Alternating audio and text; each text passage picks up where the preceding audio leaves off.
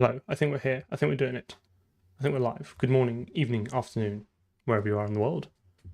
Hope everyone's having a good Sunday. Daz, hello. Greco. Yo.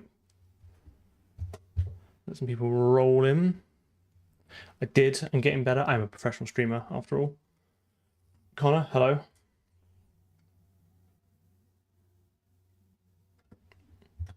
That's not working. Why is that not working? Okay, that's working. Sauerkraut, hello. Lots to do today. Busy day today. I want to put the sort of game state menu thing behind us so we can focus on audio. But there's still a few stuff to wrap up, I think, to get it into like a much better state. Then I think it'll look pretty good. Update on Julian, hello. So, interesting. No, not doing fancy UI animations, not at all. Not even going to consider it. But I do want to have like a blurred grayscale for the pause screen. Okay, hang on. Question for the room.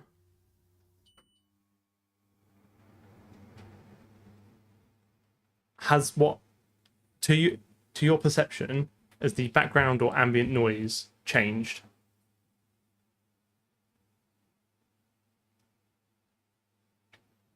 No. Okay. One no. No, it's fine. Excellent. Okay. So, well,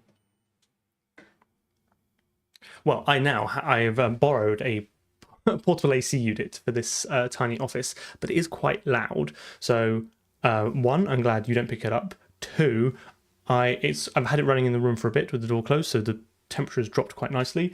I'm going to leave it off until it gets warm, and then I'm going to switch it on, sort of just to vent the heat out, because I actually find it quite hard to concentrate with it on. But it is a much more not permanent, much more effective solution to the ambient heat rising issue that I have in this office. So don't you worry. Not that you were worried, but it's fine. Okay, so now that's out. Also, it means because I have to run a pipe out the window to exhaust the heat, the room is naturally slightly cooler anyway, because I normally keep the windows closed. Well, we'll see. We'll see. Permanently borrowing might be the case. We'll see. Okay, let's do some coding and such with things and this and that and the other. Let's see where we're at. So make run.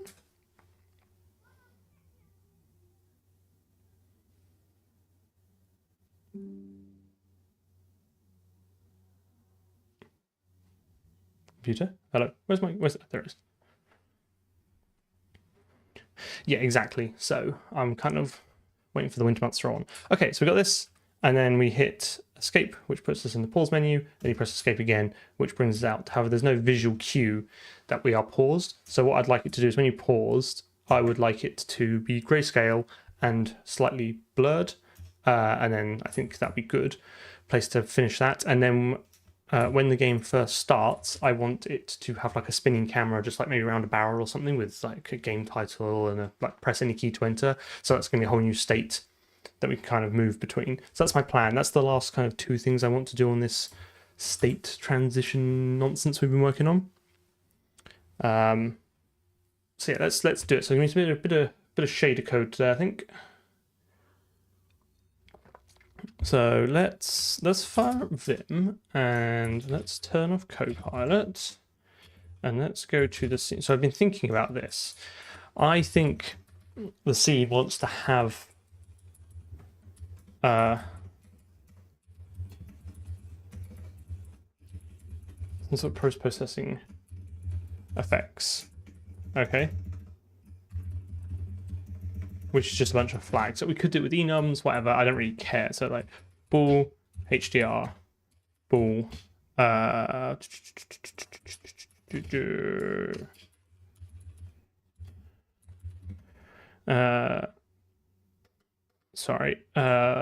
bool grayscale, something like that, and then eventually bool blur. But I'm not going to do that at the moment. So I think that way we can kind of toggle those on and off as we need.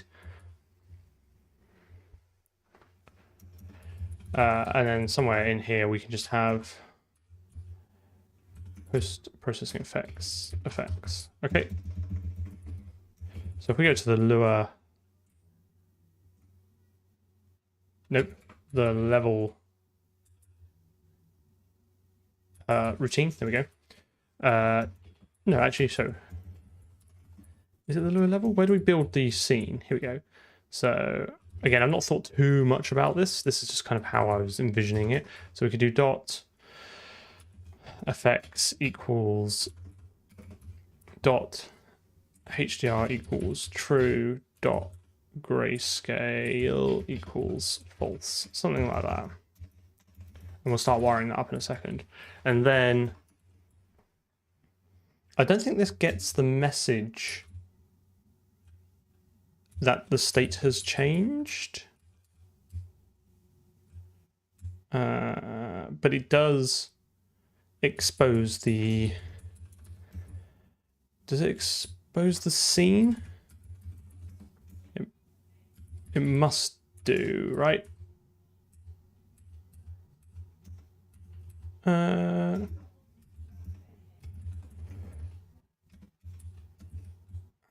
trying to remember how we get the scene out of this. Rendering. Level routine. It gets the Lua level. Okay, so from that it gets the Lua level. Is that all we... Yeah, but we have to get access to, like, the skybox and stuff, right? Isn't that not... I suppose I could just look at the renderer.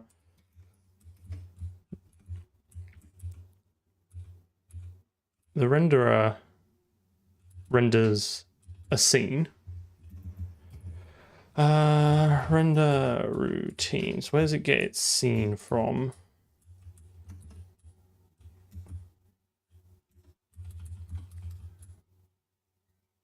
Oh, okay, fine. It just goes, so the level routine does have access to it. That's fine. It just calls .scene.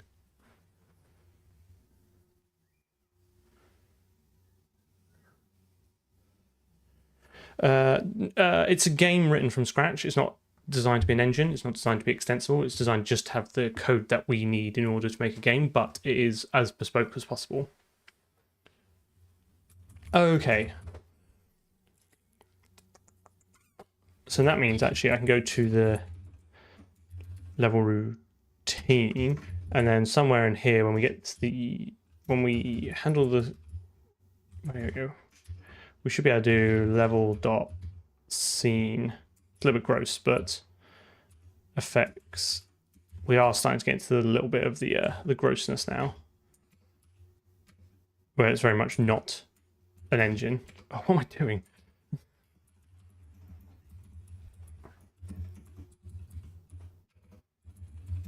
Something like that. So that should trigger it, and then when we go to the renderer, we just need to basically say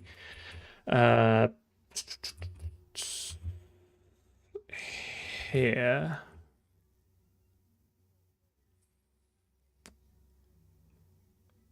this needs re-architecting slightly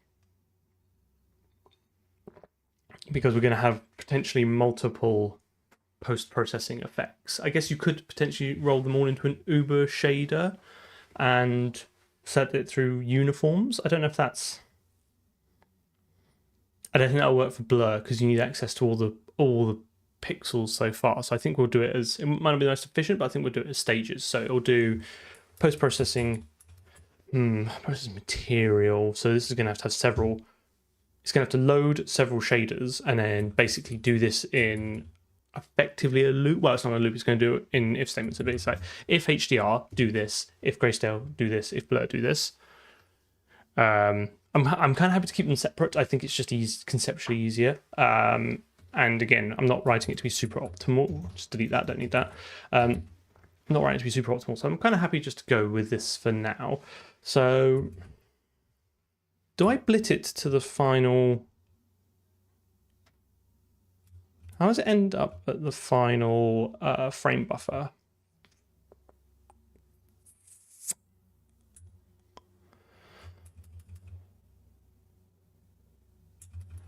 it draws the sprites and renders it, and then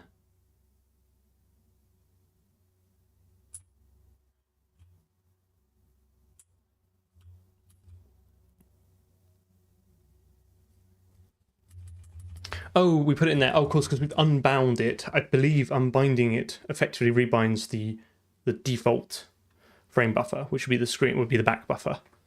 So this needs to be re-architect something. So we'll probably need 2 post-processing frame buffers. So you can always render from one to the other, and then you can just render back to the other one. Curiously, glad you're here. Glad you managed to catch it.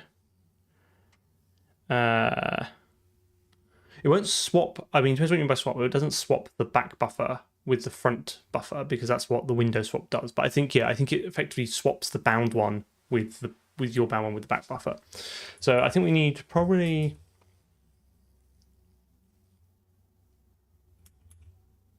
because basically we're going to want a pipeline of these where you bind the previous output. I think you're just going to need 2 frame buffers, right? Because you'll always be able to render from one to the other, then whatever the active one is becomes that. I think the logic might be a little bit gritty to handle which ones you've toggled on and off, but I'm sure we can figure it out. I think with 2, I think most of the work we need to get 2. I think adding a 3rd won't be too bad. So let's open up the renderer. Let's refactor some of this anyway, because I don't want post-process material now. I want this to be HDR material. And then S post-process matte becomes HDR matte. Oh, I've spelled that wrong. Hang on.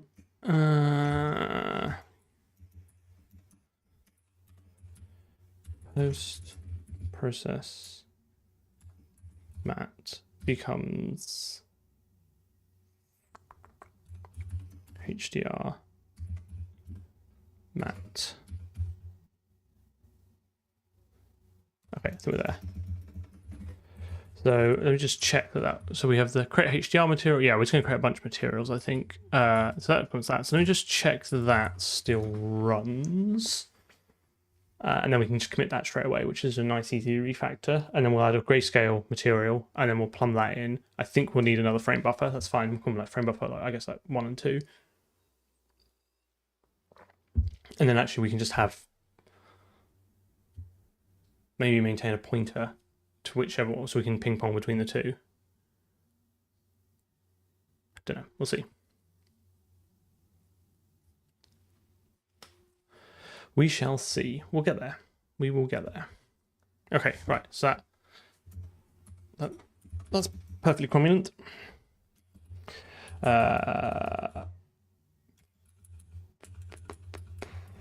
Commit rename post rename post processing material to HDR. I think I might as well need to change the assets, because isn't it called something like post process? Yeah, so let's move assets post process frag to assets HDR dot frag, and then move assets post process vert to assets HDR dot vert. Okay, and then G, and then somewhere up here.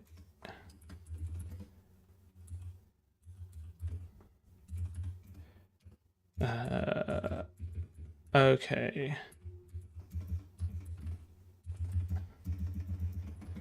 So I think I can now do, what did I call it? Okay, fine. Normally that works. Make res. So that'll just rebuild the resource cache while we're there, which is fine. We'll get that. Is that the one I want?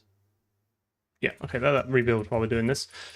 Okay, and then we can start thinking about adding a grayscale one. So, oh wait, let me just get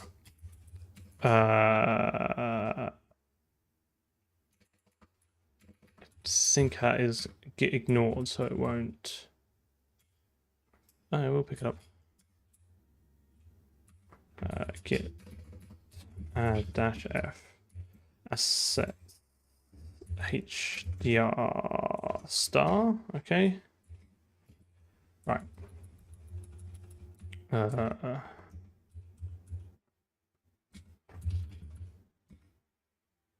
Okay, it's picked up. It's the rename. That's fine. So if we go lazy git now, that's fine. We'll just amend that commit. Cool. Okay. Right. So e assets. What did I call it? Grayscale.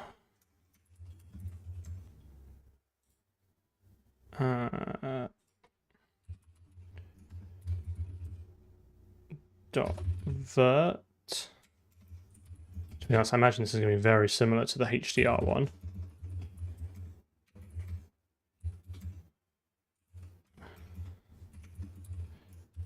Yes, it is. It's fine. And then the interesting one is HDR frag and e assets grayscale frag. And then so we'll sample. So that is the input color. And then this becomes, so there's a, I found this earlier, there's a magical formula for making grayscale look slightly better due to the way the human eye is sensitive to different wavelengths. So apparently we want gray equal to be 0.299 times input color.r plus 0.587 times input color.g plus 0.114 times input color.b.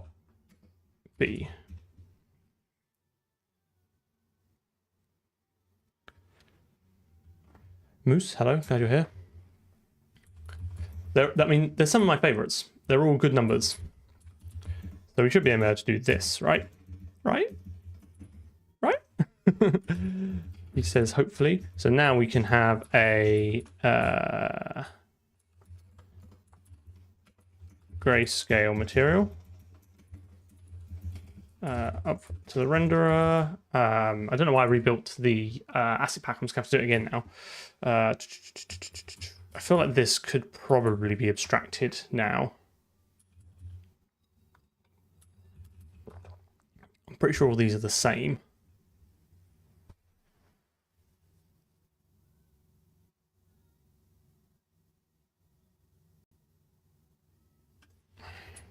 By my mistake.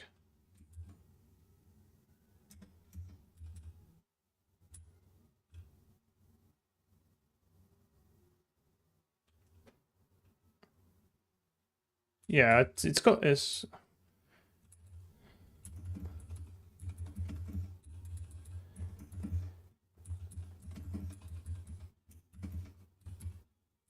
That's right.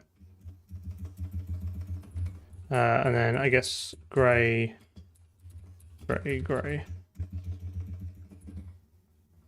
Yeah, got it. Thanks. So got it. We got it. We got there. We got there, guys. We're doing it. I'm just going to quickly rewrite one loader function to rule them all.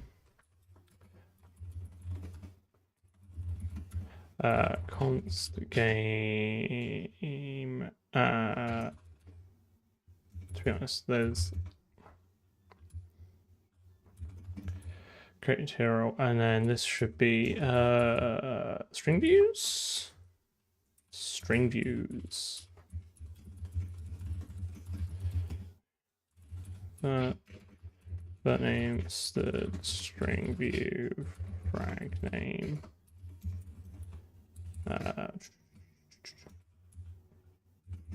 Not my code, it's not. Right. Vert name.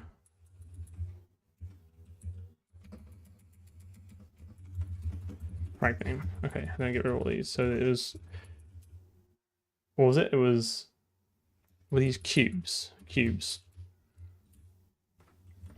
Cube, line, HDR, label.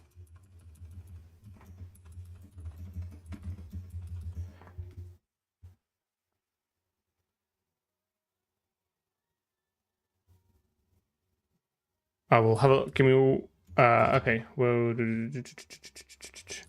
Harand, hello. We'll write some shaders. Oh yeah, well done. It's because I went to R and wasn't really paying attention. Okay, so we had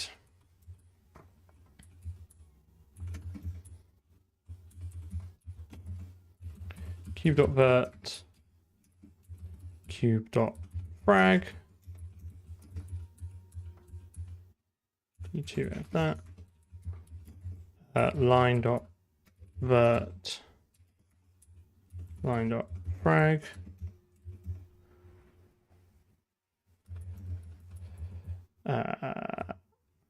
Yeah. Ooh, just blow that code away. Don't need that. HDR.vert, HDR.frag. Oh, Twitch numbers have just pulled ahead of YouTube numbers. Exciting.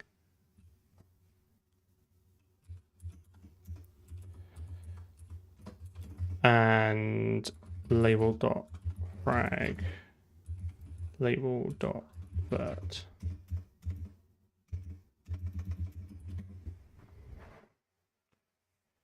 Wow, we'll see. We'll see. We'll see.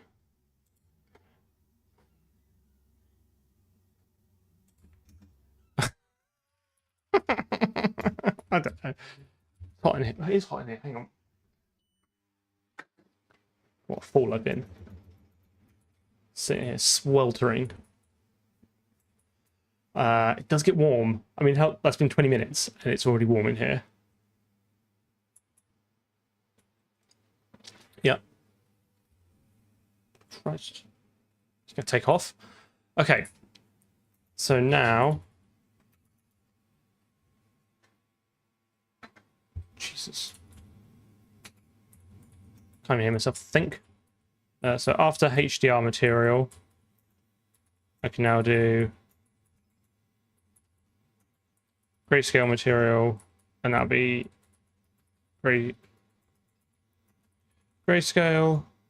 and grayscale. Okay, so now we've got that. I think we're going to need...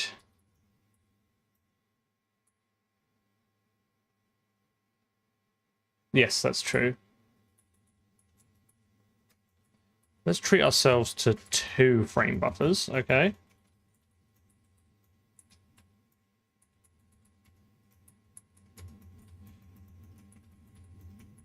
So then, let's do FB, let's do percent FB underscore with FB1 underscore. So that should kind of remain the same.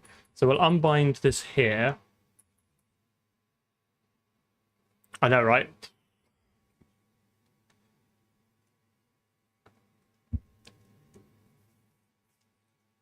I might just... What am I trying to do? I need to basically, if it's...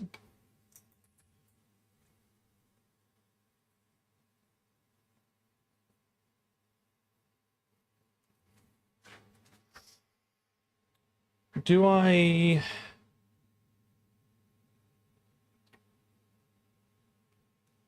I'm just thinking.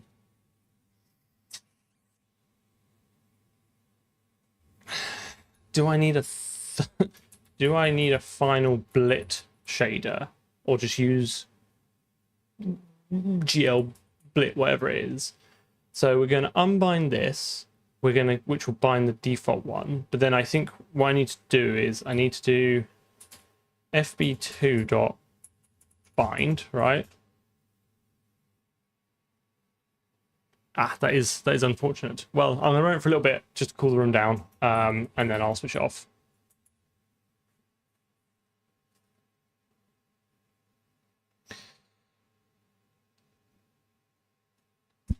So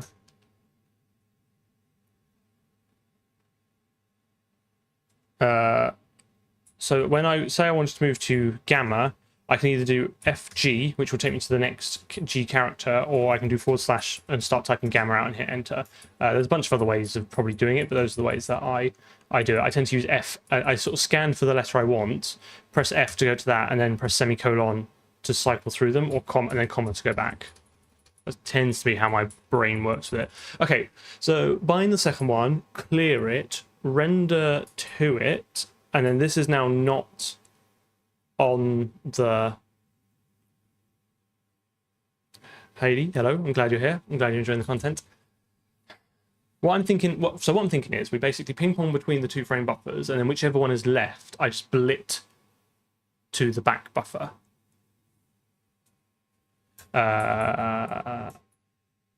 Yes.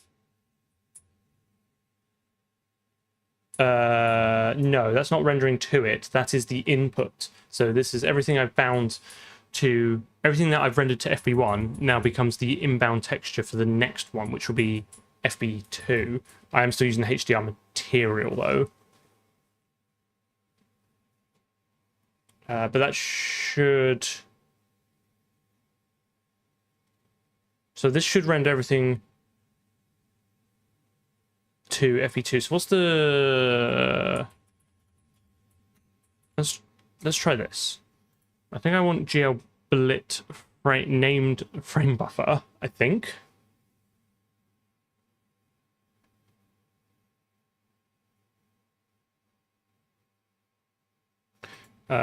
Which means we will have to go to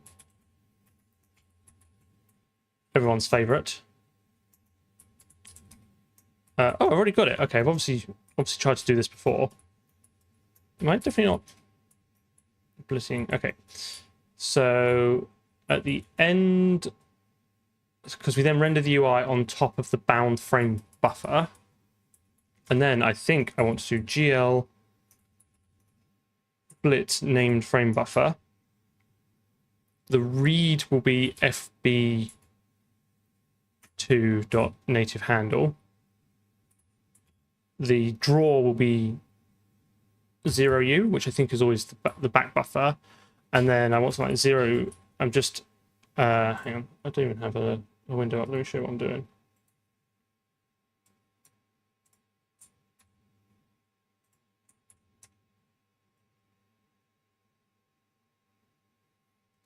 I'm just filling out these at the moment.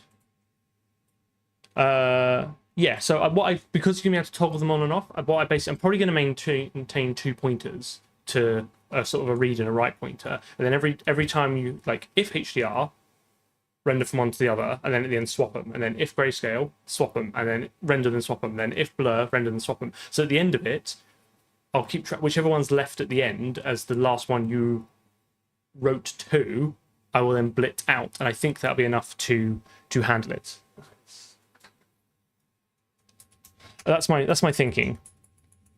So it will be a bunch of, like, if this effect do this, if this effect do this. I don't think I really have much of a choice. I mean, you possibly could abstract it, but I don't think it's... But they're gonna, like, for instance, HDR has specific uniforms, so I'm really not that fussed. Let me keep going this. So 0 source, 0 source x, source.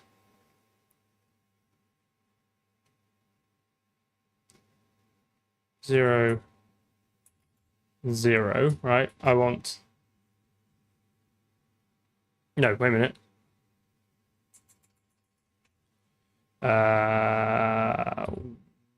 Where do I have access to the width? Do I have the width anywhere? FB1 dot width. FB1. Like, I'm assuming they're always going to be the same because this is the final screen blit, so I think that's kind of fair. And then 0U, FB1 dot height. fe1 dot height, and then I want to blit the geo color blit, and I guess it doesn't really matter because they'll match the size. We'll do geo nearest anyway.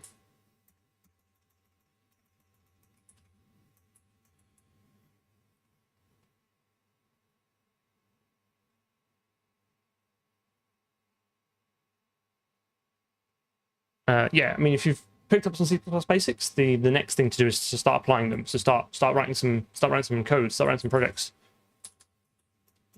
Okay, so I think that will do what I want it to. I mean, it almost certainly won't, but in theory, so this should just work as is, but with this slightly more convoluted architecture. So this should render rather than running the HDR pass and rendering straight to the back buffer, it should now render it to the frame buffer 2, and then this should blit frame buffer 2 to the back buffer. Unfortunately, I do think I need to make the res again to include the grayscale, and I'm not using it. Oh no, but I will try and load it. Getting there. Switch off for a bit. Let me just do Madden.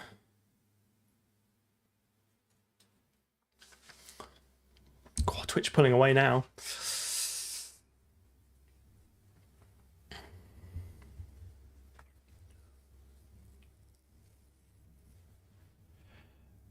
Okay, let's see where this breaks. I think this is what I want to do. I'm also going to probably Google for the blur code because I cannot be able to do that from first principle. It'll be some sort of like single pass Gaussian. I know that blurring is more efficient if you do it in 2 passes, like the vertical and horizontal, but for simplicity, it's gonna smack that straight into 1 pass.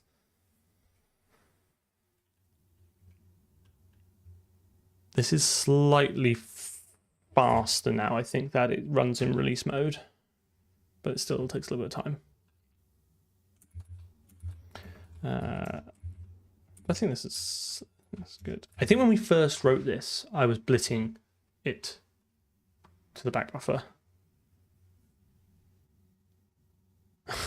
Nice. Okay, so make run. Let's see if this blends.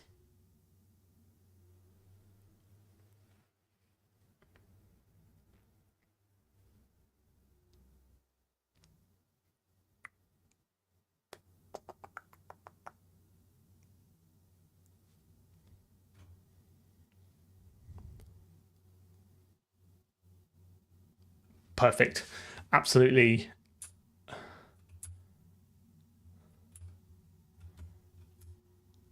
Nailed it. Why is it so small? What?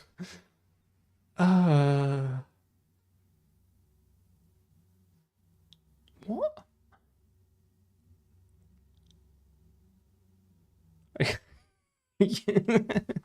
Yeah, I'm gonna remake Halo 2 or 3 split screen multiplayer. I'm not gonna lie, I'm a little bit disappointed. What did I do wrong? Why I don't like it? Feels like it needs doubling, but I don't know. Oh, because the is it because something my unit sprite is actually 2 units wide?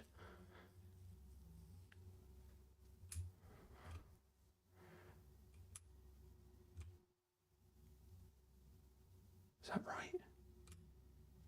Because we had that issue with the font, but no, because it feels like it's this.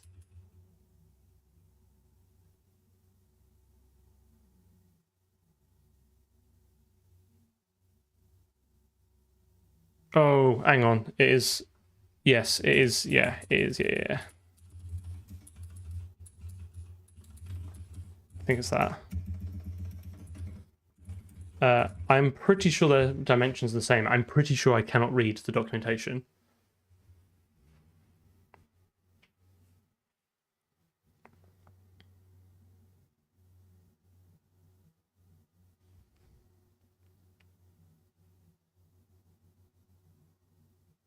Nailed it. Absolutely crushed it. Okay, so now what we can do is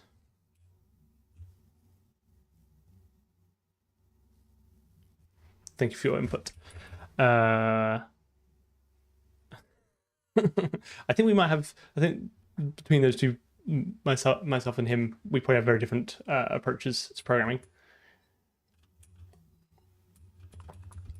So the whole game should be rendered to FP1 regardless, and then we will bind 2, and then I think I want like auto.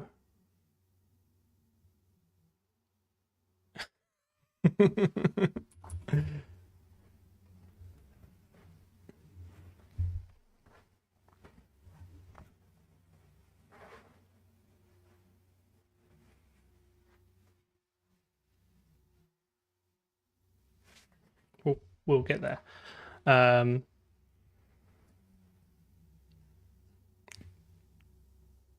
Rupert Patterson, it's quite a lot to unpack there. I hope you're doing well, and I'm glad you're learning C++, but do make sure you kind of take care of your basic needs first.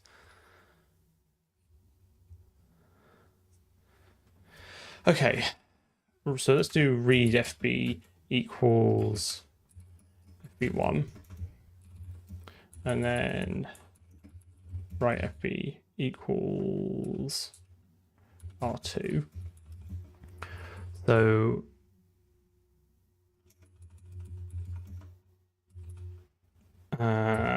if scene dot effects dot htr, then write FB bind clear. In fact, actually, I want all this, don't I?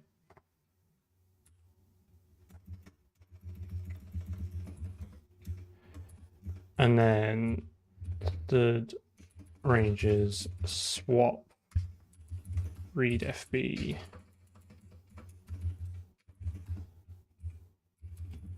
write FB.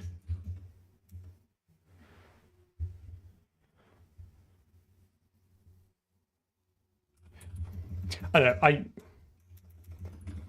I think there's very little to be gained. I as a general rule, keep my opinions about other people, engineers, to myself, because I think there's very little to be gained in the alternative. I'd rather just, I'm here to talk about how I solve problems and to showcase it to people. And if people have questions about what I'm doing, I'm more than happy to answer them. That's kind of my view. That's my approach.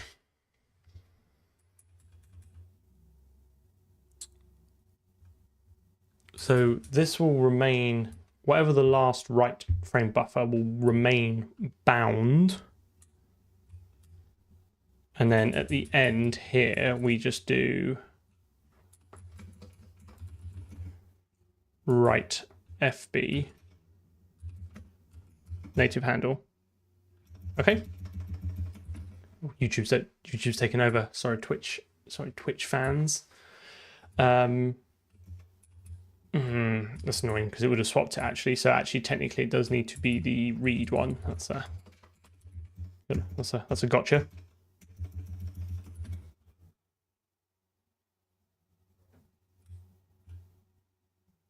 And then, right, so then I can do if scene.effects grayscale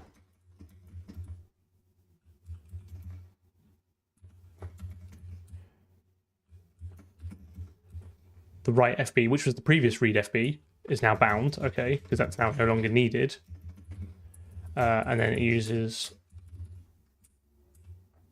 grayscale material.use, bind the sprite, bind the text. FV1, that's what I'm going to need to change, isn't it? This is going to need to be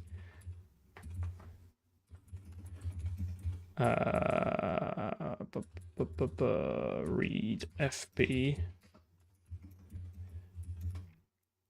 and then this will be read FB.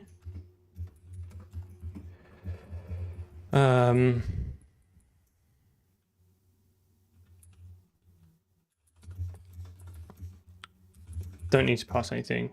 Render it as triangles, unbind it, swap them. I think that's what we want. So I think it'll be forever. It'll basically be ping-ponging between the two.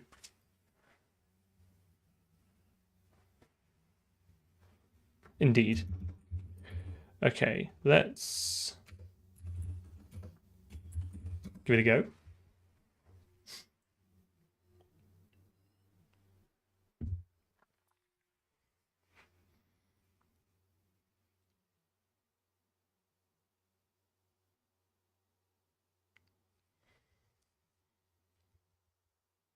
So in theory, now when I pause it, it crashes.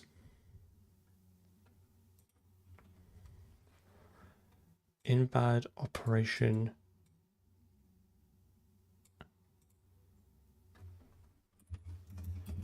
I bet I'm still expecting that gamma input.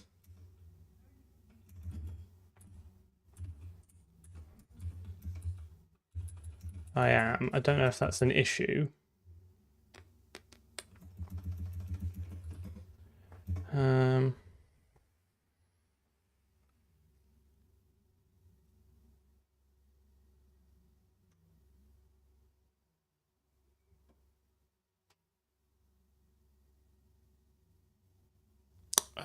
Am I making? No, I'm basically making this ad hoc as I go along. Who knows what's going to happen on a stream. I'm largely just solving problems. Each stream come across some problems largely through my own doing, and then we solve them and move on. I don't really have like a grand, like I have a rough idea of what I want the game to look like, and I guess I'd give a little bit of thoughts to the architecture as we go along. But by and large, there's no like, I got a to-do list, and that's about as far as it goes. Okay, so what did I not like about this? I got from set uniform, bind texture. Interesting. Why is it? So it's render line 192.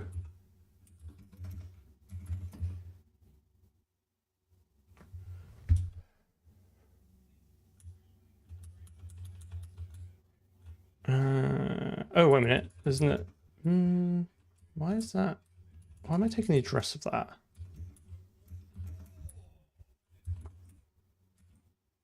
Oh, because that returns a constant. That's fine. Okay.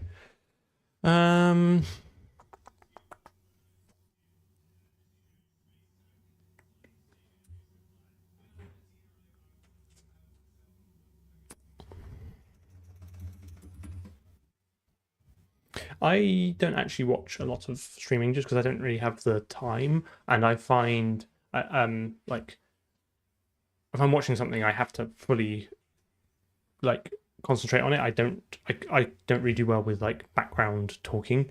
So I never have like a YouTube video or anything on in the background. That's just like the way I work. And often I find even music to be distracting if it's got lyrics in it. It's something about people talking I find very hard to ignore. So actually, and then, if you want to sit down and spend a couple of hours watching a streamer, I wish I had a couple of hours to do that and dedicate to it.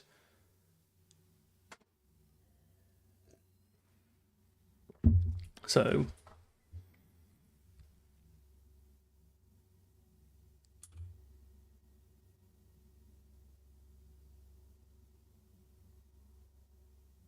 the bugs are happy little accidents. Right, so what's going on here? Why is it giving me, so I'm trying to bind the texture and I'm getting GL invalid operation. So that means it's in,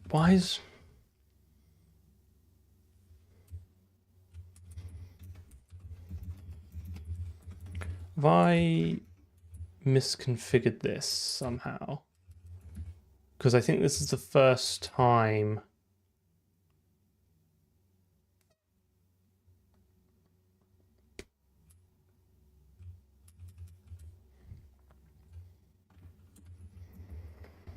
We are binding another frame.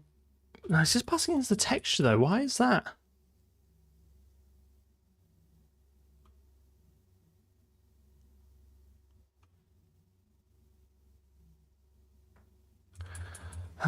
Okay, do I...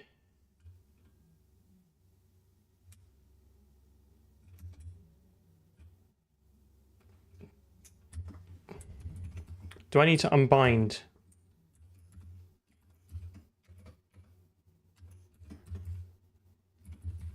the L1 first? Not function. To be fair, I could potentially tidy this up a bit with a lambda which does the internal logic. I might do that. Let's get it working first.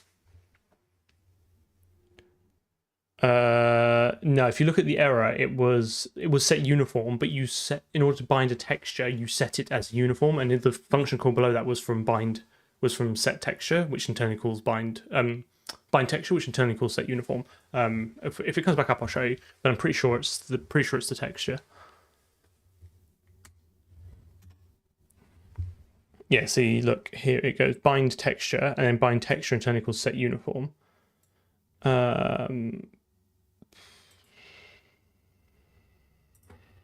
Let's look at.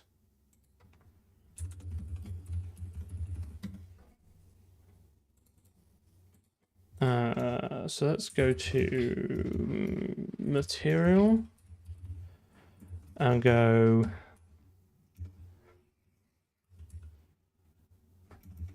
Let's actually have a look at the exact line that it's doing. So 129.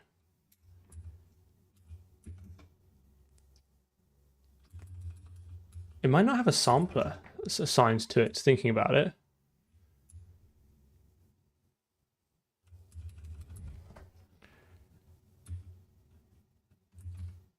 FB1.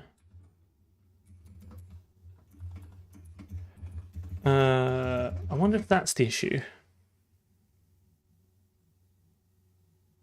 It works until you enable the grayscale, then it crashes in here.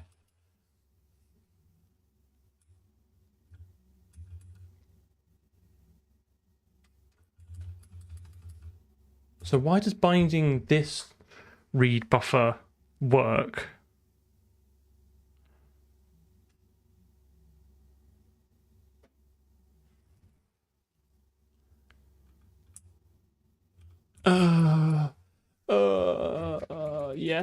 Yes. What a great spot.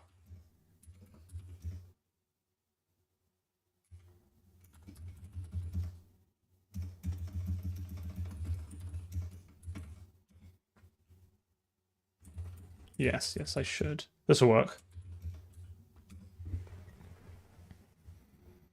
Wow, Quacko caught it, but I will claim full credit for it.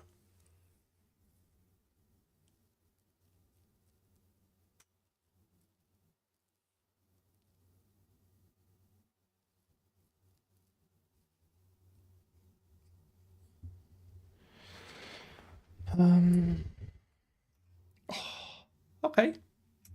Look at that. Nice. So now we know it's... Unfortunately, there's not a lot of color in the level. But oh, God, where have I got? I've just clipped. Let's have a look at something. Yeah. That's nice. And the text still renders exactly the same as well by design, because the UI always comes last, which I quite like that design. It means we can change the UI labels in the pause screen, and it'll just render different text.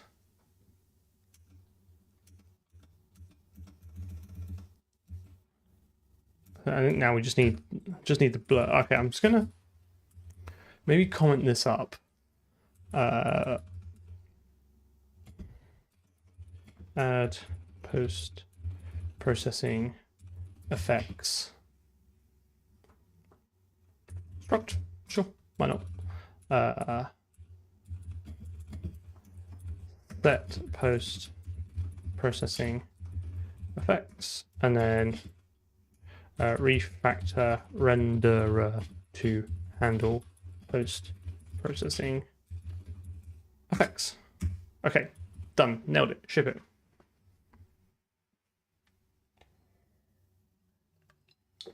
This is lazy Git. It is like my go-to Git CLI now. I find it very hard to use anything else. It is an incredible tool.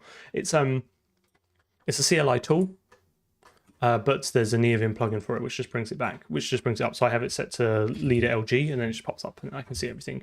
And it's like uses the mouse as well, which is sometimes useful, so you can click around and see stuff. Okay, so now let's I hope I'm stuck. Grayscale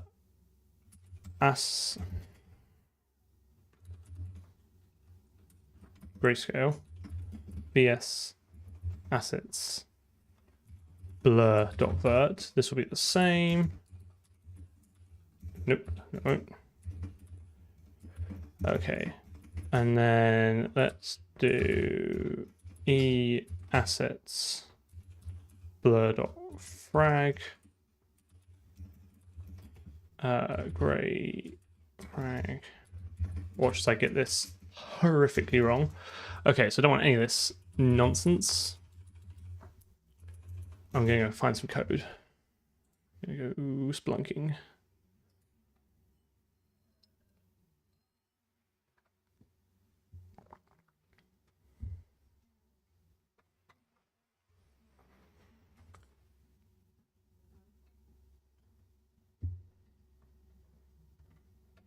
I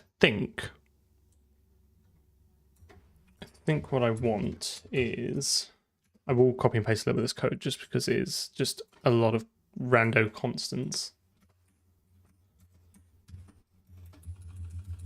This is all from our friends over at chat. Kaput. Then I'm going to type this bit out just so I can kind of get a feel for what's going on. So color equals vec3 0.0. vec2 scale equals I know 4.0. So I think that's how blurry it will be. And then for int I equals 0, I got 5060. We can afford to have some slightly less efficient shaders. Kernel size, hang on.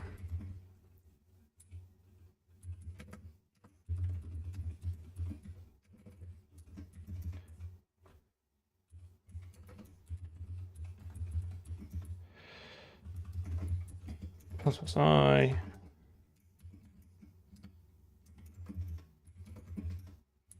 What is going on? Right, okay.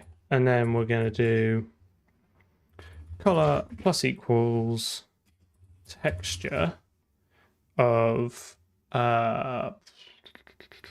text naught. Hang on, comments coming in, not paying attention.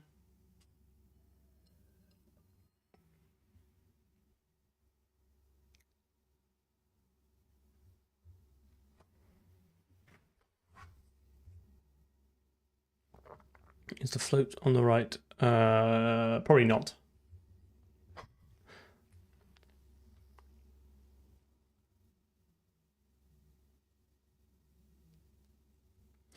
Thanks, Banu Gaming. Thanks for coming along. Hope you had a good time. Hopefully you can come back. I want text chord plus offsets I times scale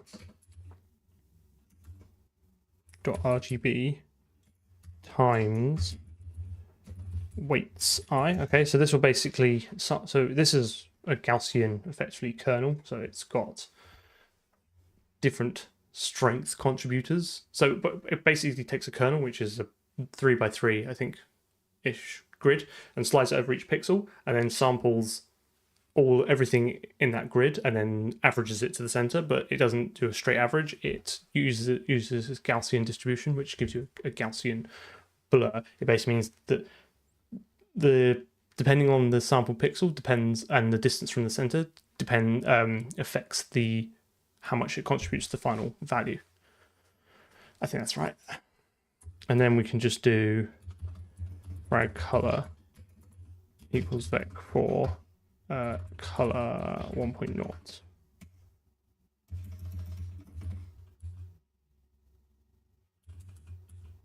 Offset. Okay. Let's start making that res package, resource package, while I start wiring this into the renderer.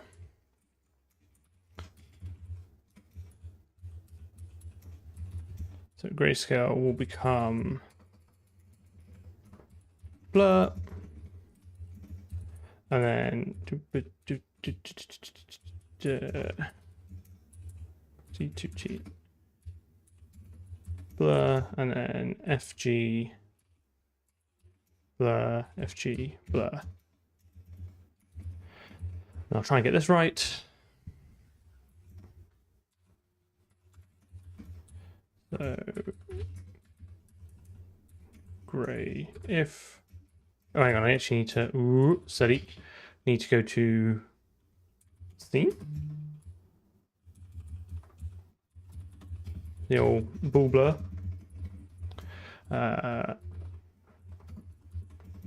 If we be blurring, ABB always be blurring. C2T blur blur. Okay.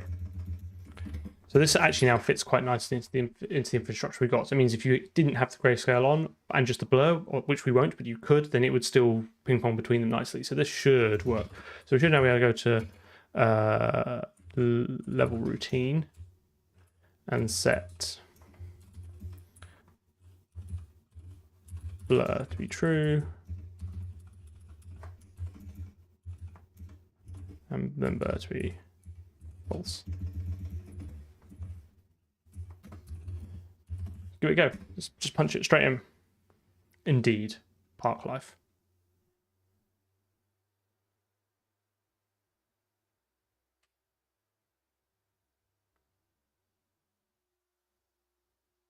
Have I got the wrong numbers? I'm not a shader expert. I just found something ChatGPT said.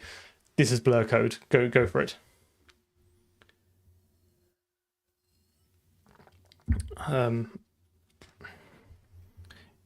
We didn't like that. It did also. Oh, actually, it has also given me box blur as well. So if this looks shite, then I'll change it. I'm just trying to get it all plumbed in at the moment. Implicit cast from float to vec2. Hey, you what?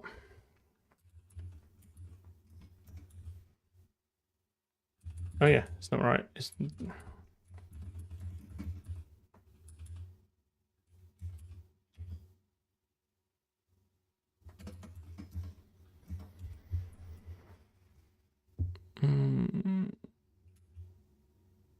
Okay.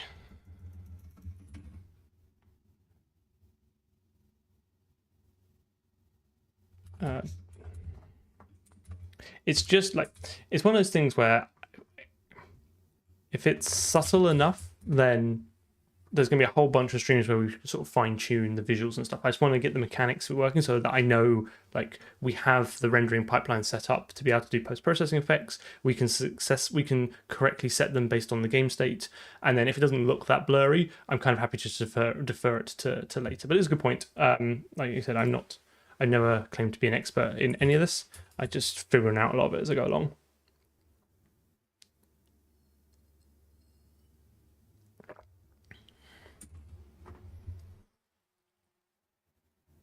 Okay, let's just kind of pack that and just double check that this renderer code looks legit. Well, it's not box blur at the moment. It will be a hopefully some sort of Gaussian blur. And then I think what we're going to have to do is we're going to have to add a new routine, which is the menu routine, because that's going to have a whole separate... I think it's going to be quite a big refactor after this. to get the last bit done.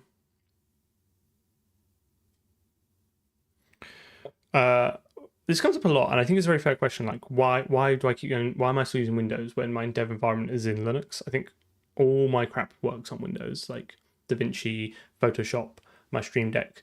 And whilst there are potential workarounds for and hacks and fudges to get all that to work on Linux, I do not have the time to be faffing around every time I want to use Photoshop, checking that it works on the Wine, or every time, or fixing like random driver issues because DaVinci won't render. Like, for better or worse, like all my stuff works on Windows, but then with the power of WSL,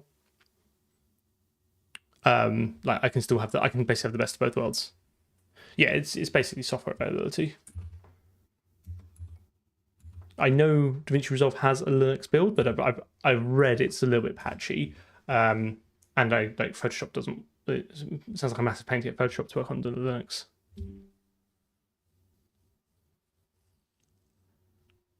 So,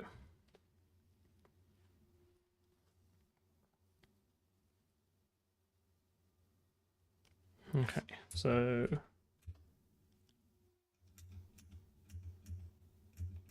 yeah, I think you're right. If it is blurring, it is not very blurry.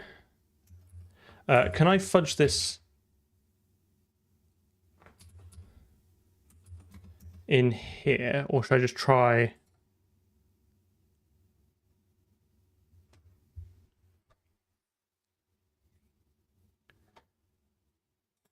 Does this also need to take into account the pixel size? So shouldn't this be scaled by like the width and the height?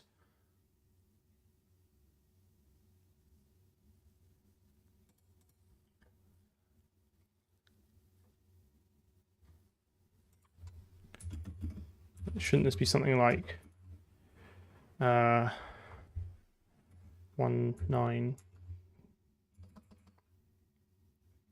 1.0 over 1920.0 and then 1.0 over 1080.0, something like that. Which probably needs to be passed in as a uniform electricity. I like my resource loading setup in the fact that it's super easy to port and it's self-contained and it's quite well tested. I think it does make it hard to iterate. Next project, I will definitely just be loading everything off the disk, I think, as and when I need.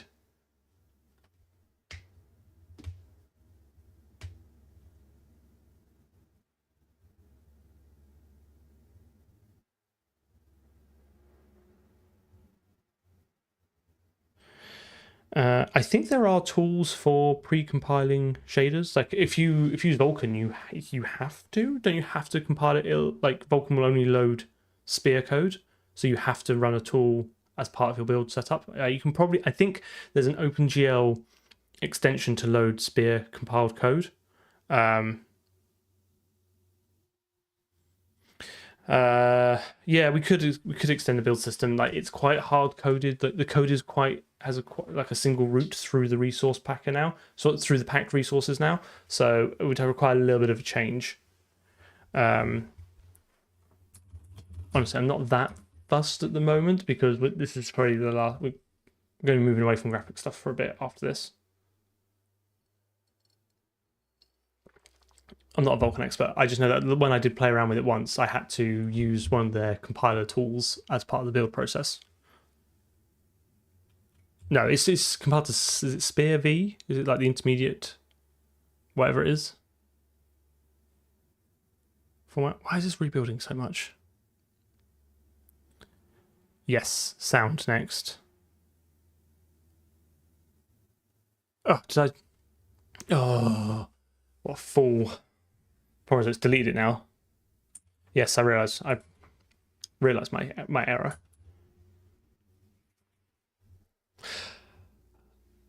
So, sound's going to be interesting because I have everything muted for streaming apart from the mic. So I'm going to have to figure out how to play audio that people can hear through the stream as well as fap around with the API. So that's going to be fun.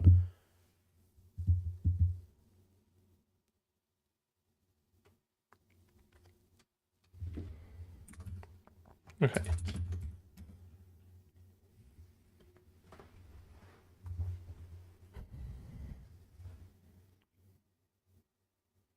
Yeah. There we go. Like that. It's not perfect, but it's definitely blurry. I'll take that.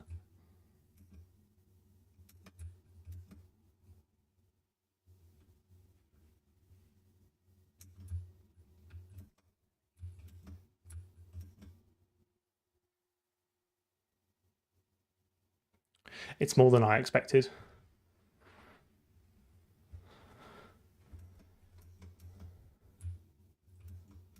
Okay.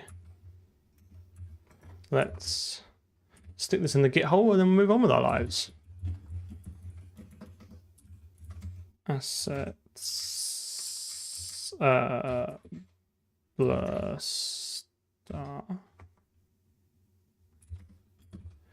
So commit add blur shader. Add blur post process option. Integrate blur into renderer. Nailed it. And go home. I'm sure we'll figure it out. It's got to be possible, even if I just enable just desktop audio and pipe it through.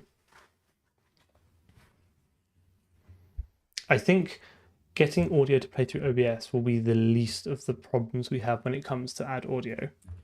Okay, I'm quite pleased with that. So I have all the dings off, I think, by and large. We'll see. We'll see.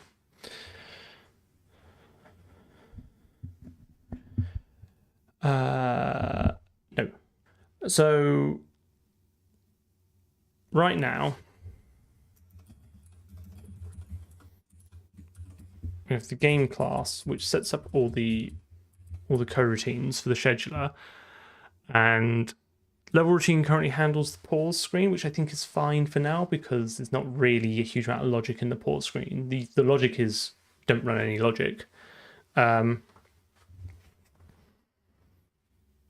But I think what I want is like a main menu routine.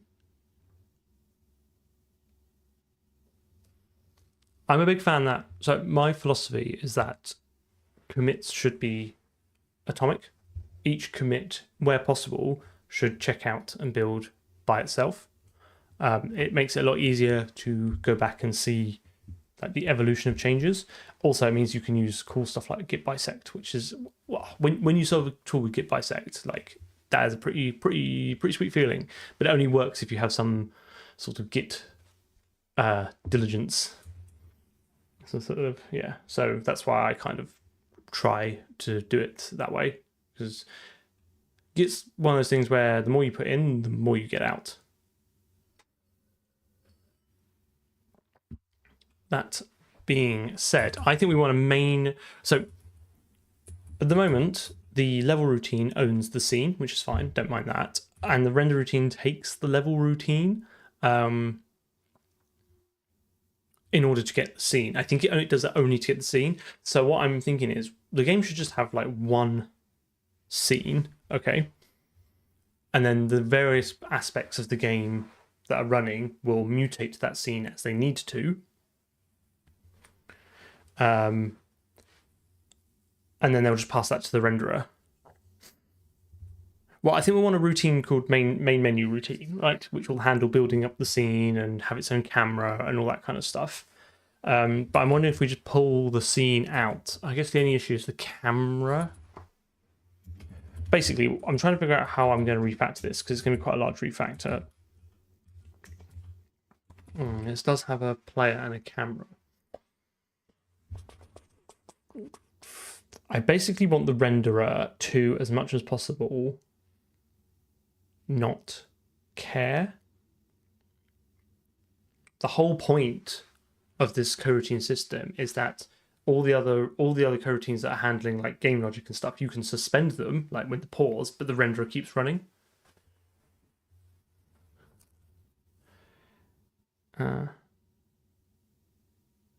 Yeah, so the scene, the menu will be the first one that's loaded, right? And then there'll be a new there'll be a new game state, which is like menuing. Okay. So when we're menuing, then the level routine will suspend itself. So inside the level routine, it will get into effectively its internal main loop, and we go like, oh, please reschedule me when we are running. And then, which means then that the main menu one will be running, and then when it detects that it's changed, it will then it will say, please only schedule me when we go back to menuing. But the thing is, like, how do I get, what am I passing down to renderer? All renderer needs is a camera and a scene, because that is the design of it. It basically says, please render this scene from this camera, but I also want the routine to be as separate as possible from the rest of them. So I'm wondering if up here we have effectively for want of a better word, a global camera and a global scene.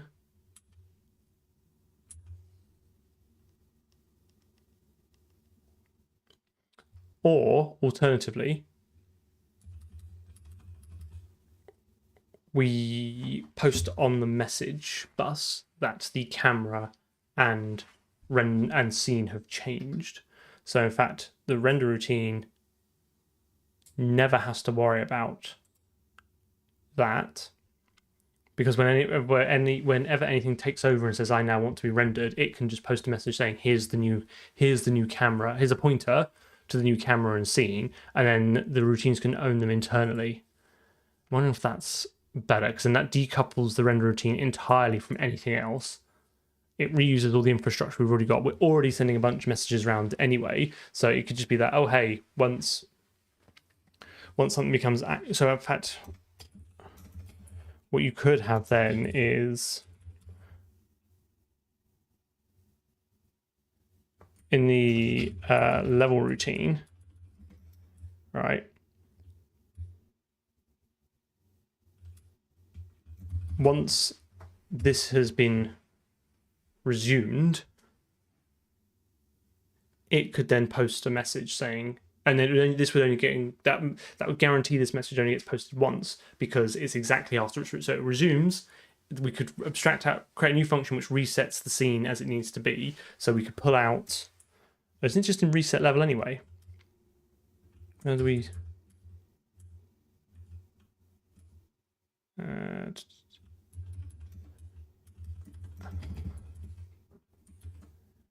The level.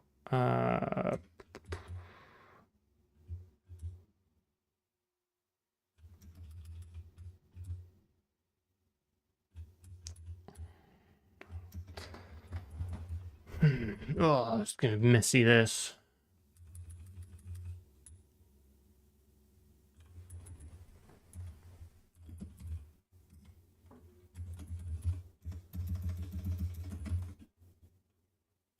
Just missed that. Oh,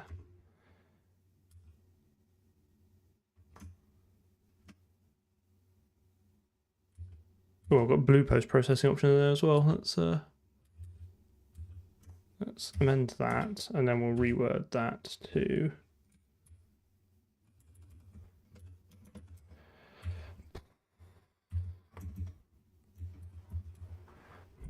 tricky. What do I like? Do I like that? Do I like posting the new? I think I do. I'm just worried it's going to be a little bit gross, but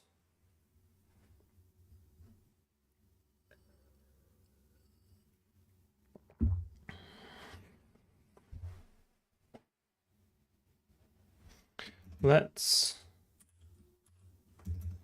start.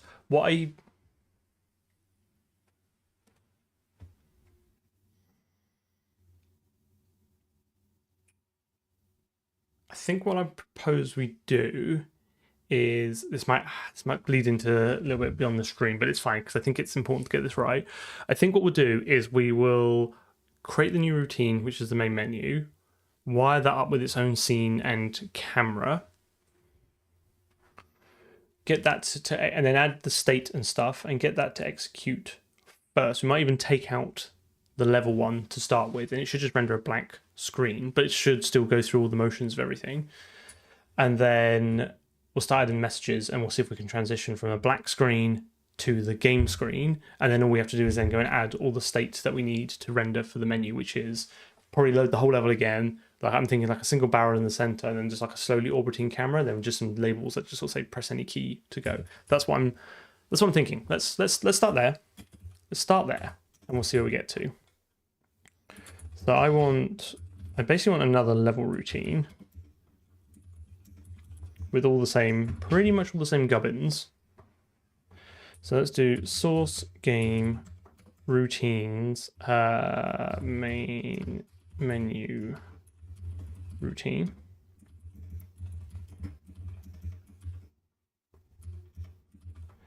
Slap that there.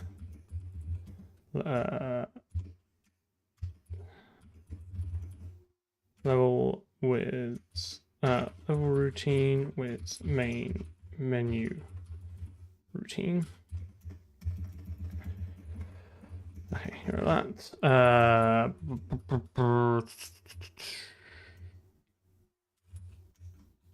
It's only going to care about the key press because you're going to press any key for it to move, I think. And then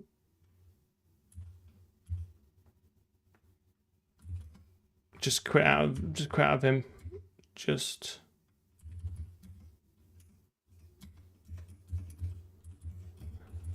straight up get rid of that. Okay, so the routine based class handles a lot of the gubbins for us around the game state changes. So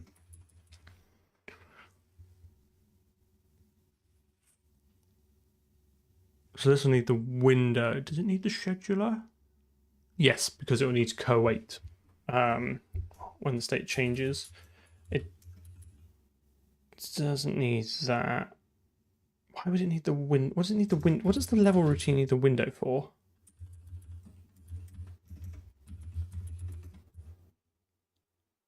For creating the camera. Okay, so it will need that. So I think this is going to need largely the same chuff.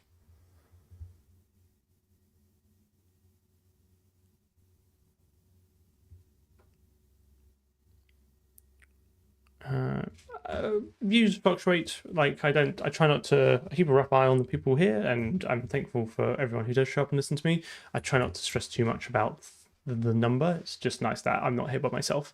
But yeah, the views do fluctuate.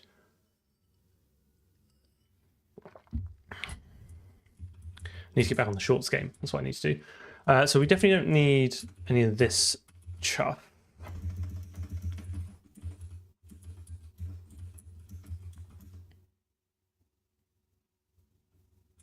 It's true, and I've not had a big video in a while, like which has brought in lots of new people. So, safe one, safe. What was create task for?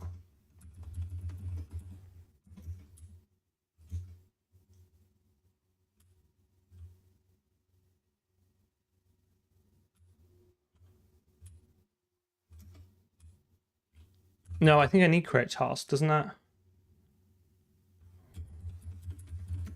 What the hell calls create task? Oh, yes, I need that because that's how you insert it into the scheduler. Yes. But this can go. Okay. Okay, I think we're getting there. So what I'm going to do now is source game routines main menu.cpp, and then I'm just going to bippity boppity copy all this,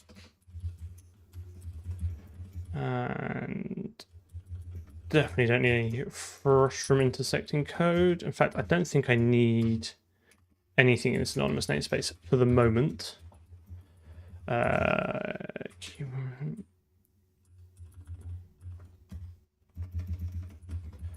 So that's the same. Don't need the player. Don't need that. Don't need that. Don't need that. Don't need that. Actually, we probably should have some sort of initial game.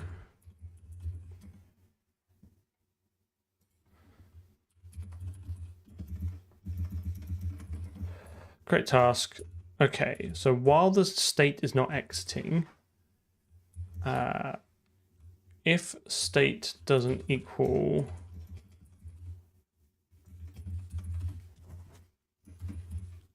game state main menu,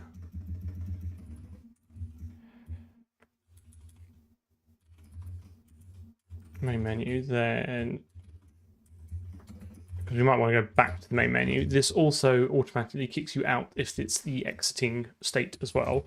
And then don't need this. And then I'll just reschedule myself on the next frame. So this will just be a pretty fast loop. But that's fine. And then don't need any of this. Don't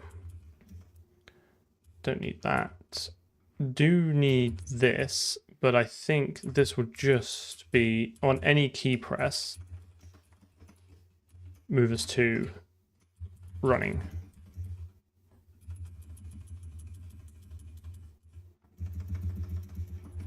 In fact, actually, I just for the if event dot state equals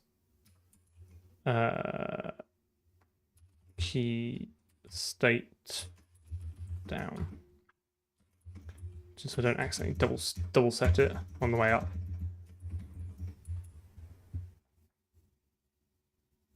Oh yeah, that's a good point. Actually, we might want to press escape to quit out of it there and then. It's going to be a little puzzle game. I don't think it's going to be very good, but there is quite a lot of good stuff in it in terms of, like, I think the code and the design and stuff. So cowait is a coroutine. It basically says suspend execution of this function until such time as it's been rescheduled. In this case, this is a bunch of custom scheduling code we wrote a while ago, which says reschedule me on the next frame. So this is how systems like effectively get scheduled. They schedule themselves.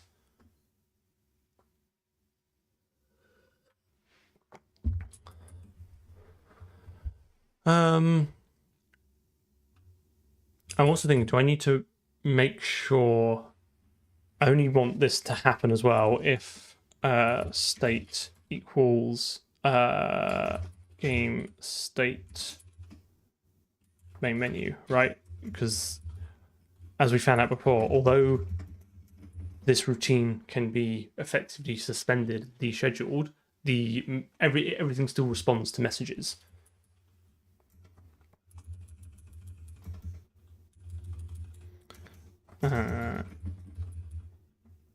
If basically if event dot key equals key escape, then we can just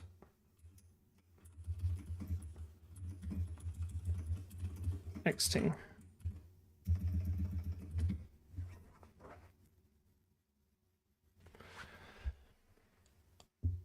I think that's the logic, right? Obviously, we'll need to do this. Will have some sort of concept of a camera which will slowly rotate around. I'm tempted to actually have this update like every 16 milliseconds, which just means that the camera will always rotate at a set pace regardless of how fast the render is going. Because otherwise it's hard to control a spinning camera if it's tied to your frame rate, whereas this is a good use of our time-based scheduling, right? Just every 16 milliseconds, so it's still 60 times a second, move it a little bit. Also, we've not really used the timing component of that yet, so I think it would be good to sort of test that. Yeah, I can't, like, there's no point calculating the delta if the machinery allows us to effectively scheduled on a fixed delta.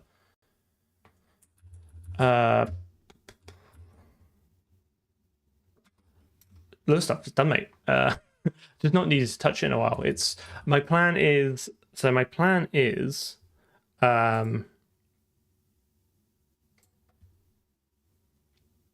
finish off the menus, then do audio, then these are TBC order. I'm not sure what the order doing them, but we need to log some system info so when it crashes, I know kind of what CPU and graphics card and drivers people had. Need to do the level physics so we can't clip through the walls. Need to figure out a release build, and then maybe these are nice to haves. Well, I think anti-aliasing is a definite must. Bloom and SSAO undecided. Package the resources into the executable. Need to do that, and then again, the order's not right. And then basically the last thing will always be levels. So once we've kind of cleared enough of this, I'm just going to keep We're just going to keep working on levels until I'm bored, basically. Oh yes. Oh no. Actually, I'm not going to have X button. I'm going to go borderless. But let's make game borderless. Oh, and probably full screen as well. Handle full screen. Gosh, so much to do.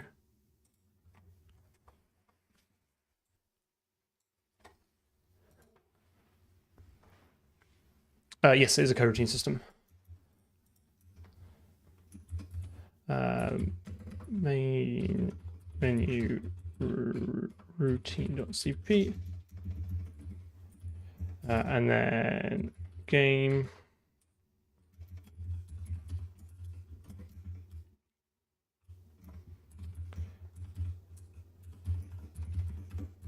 Main menu, and then we're going to have auto main menu routine. In fact, actually, just have basically the same constructors as this, right?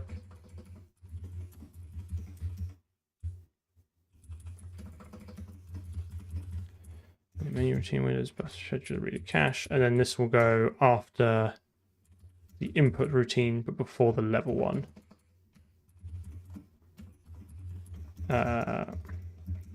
And then into the scheduler, we need to change the default state. For the moment, why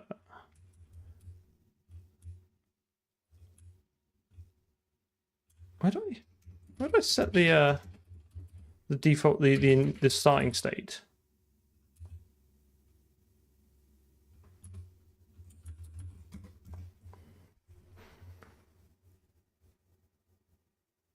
Yeah, GitHub's got a little task planner thing. It's quite good.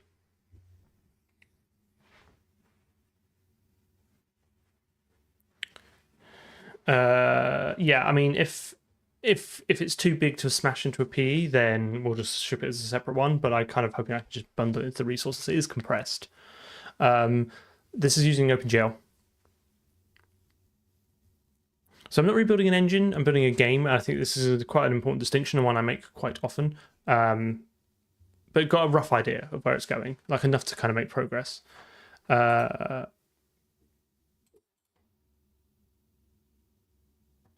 I just like been lucky that this has been default initializing?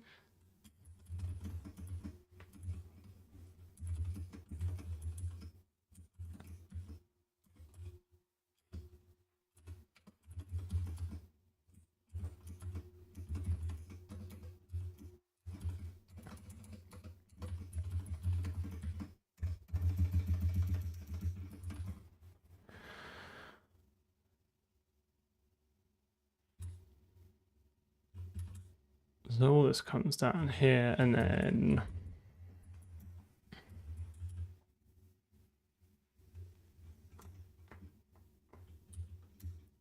does something post an initial state change to the system to get it going?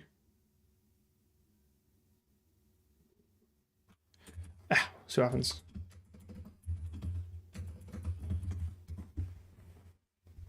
We're fine.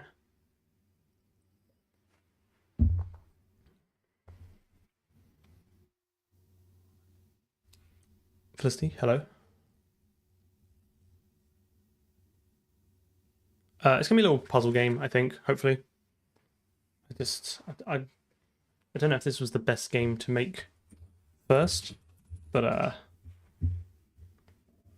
really want to make an FPS, but I think I definitely need more experience first before tackling that. So I think it's highly likely I might try that for the next project.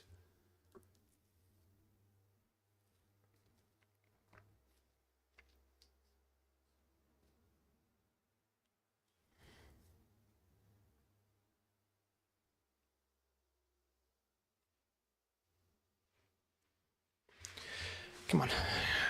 Come on. Let's build this.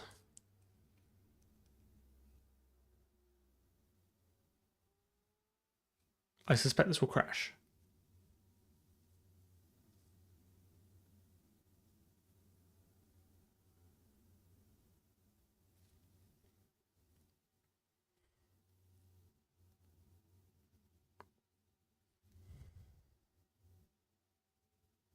I am surprised.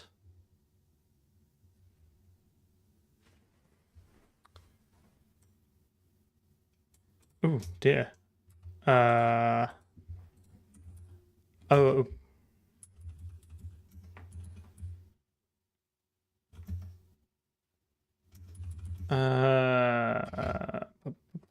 Main menu routine. Oh, I am oversubscribing to messages now. But that should still.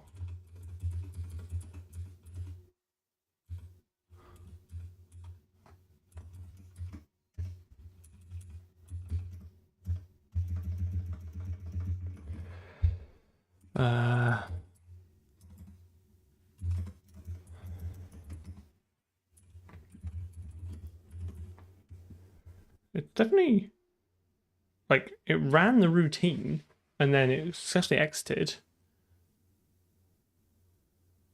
See, it's the scheduler that controls the state.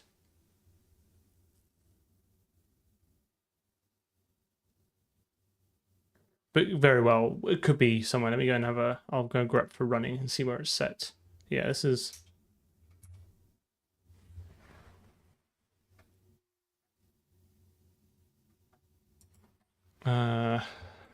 Nailed it. SG running. Right, what's setting this? So that's been. Oh, it's been set here. Interesting. Okay, so main menu. Also, I just realized I'm not. I'm surprised it hasn't complained to me that I've not done this.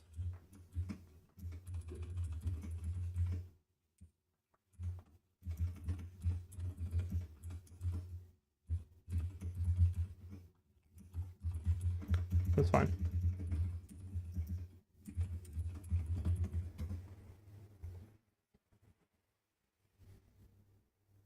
So the subscription system is different to the coroutine system. They're separate kind of back-end bits of infrastructure in the game. The subscriber there's a message bus, which is basically pub/sub, publisher subscriber. So any component in the game can subscribe to a message type, and then when any other part of the game sends that message type, it informs all the subscribers. That's kind of how it works. It's just another way of kind of decoupling the components. I might have more menus. Why is this?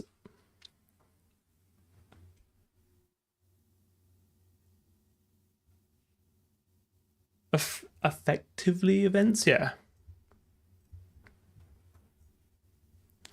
I think the difficulty with FPS is one, like assets, and two, I want it to definitely look better than this. So I probably want like a deferred renderer and a bit more stuff around that, and then probably the physics might be a bit more involved, and particle systems, decals. Do you know what I mean? There's lots of little bits that go into it, which I think kind of make a big difference. And like I've not done decals, I've not done particle effects or anything like that for this. So this is unhappy.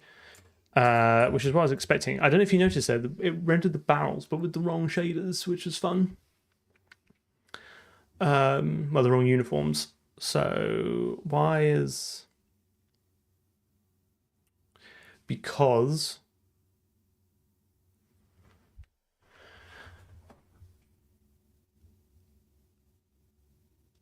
it's because the renderer routine is still accessing the level routine, even though we're not running or updating that. I occasionally ask ChatGPT a few things, but I wouldn't say I'm like kind of aggressively using it in this.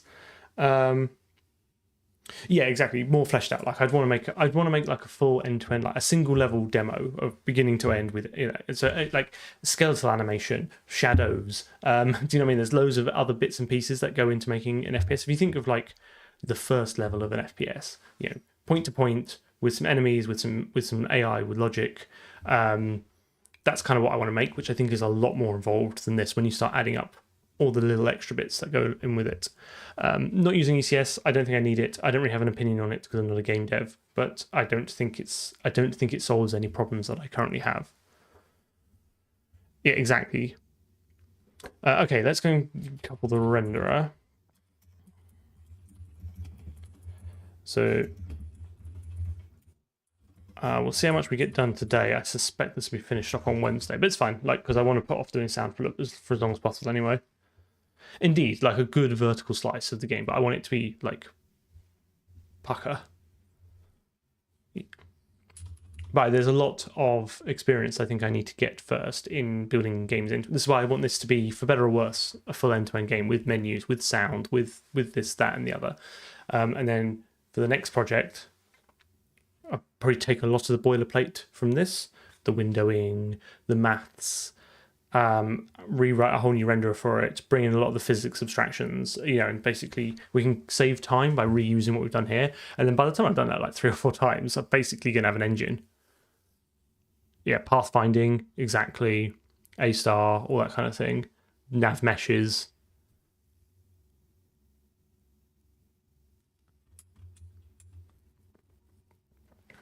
This is OpenGL, and I suspect I'll be sticking with OpenGL for the near future. I don't think I'm going to be doing anything that's so graphic intensive that I would need a sort of finely tuned Vulkan renderer. I'm quite happy to stick with OpenGL. I think I can probably churn out some half decent OpenGL code and make something look reasonably pretty. Model rigging, yeah, it's going to be quite big. It's going to be quite big. I have done skeletal animation before and blending and that kind of thing, so I have some experience with that, but I've never done inverse kinematics, so that might be an option to look at as well, or that might be too complex. But I definitely want a deferred shader, a deferred renderer, I think. Whereas this is just a simple forward one. Okay, what am I doing? That's the renderer. I want the renderer routine.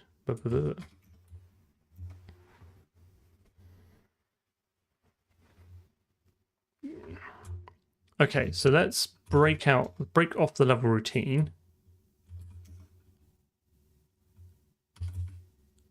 Okay, this is going to own a renderer. It's going to own the wireframe renderer, and then it's going to need a scene, and these have to be pointers because I will need to reseat them. Camera.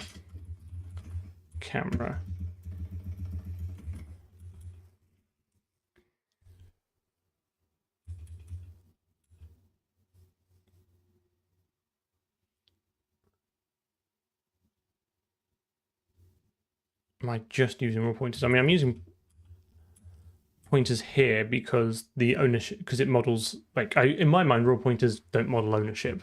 So something else is going to own the scene in the camera, and they're going to inform the render routine what those are, but I will need to reseat them so they can't be references. But like, there's no like any memory management in this is all done with RAI type, so it's either a vector or a deck or a map or a unique pointer. Yeah, exactly. It's fine. Like, it's just literally the point of pointers now. Okay, so let's move that over there. So this is going to get a little messy, I think. A little messy, but it's fine. So sorry, smack the mic there. I will engage the AC for a little bit though. This is getting a little bit warmer here. Okay, get rid of that. Get out of here. And then this needs a scene. Christ, that's loud. And a camera. And then I'm going to basically assert here. Did I move that into utils? I did. I did move it into utils.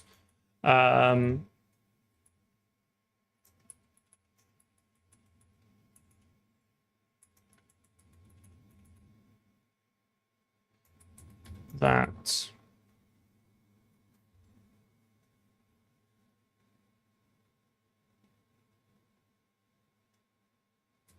So I want to, while we're not exited, expect, which I will strip out in release. Scene. What if I can just make that? What do it? Scene cannot be. I think that is contextually convertible to bool, so that should just work.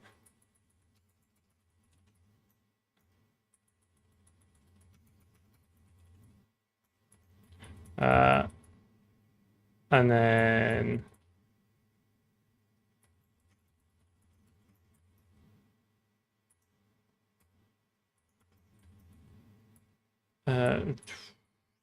the gamma, so that's going to be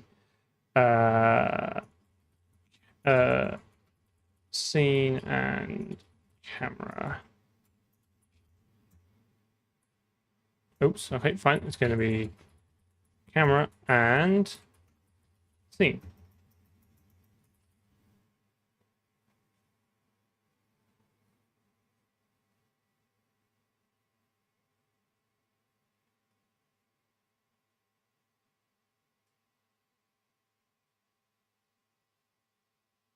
Don't you? I thought you could use inverse kinematics for like the arms and holding like the gun and stuff to when you look up and down. I thought that was a use case of it. I could be wrong. I know it's normally in my. I think one of the canonical cases is right. Is planting feet on inclined planes, but I thought you could also use it for like your models, like your player.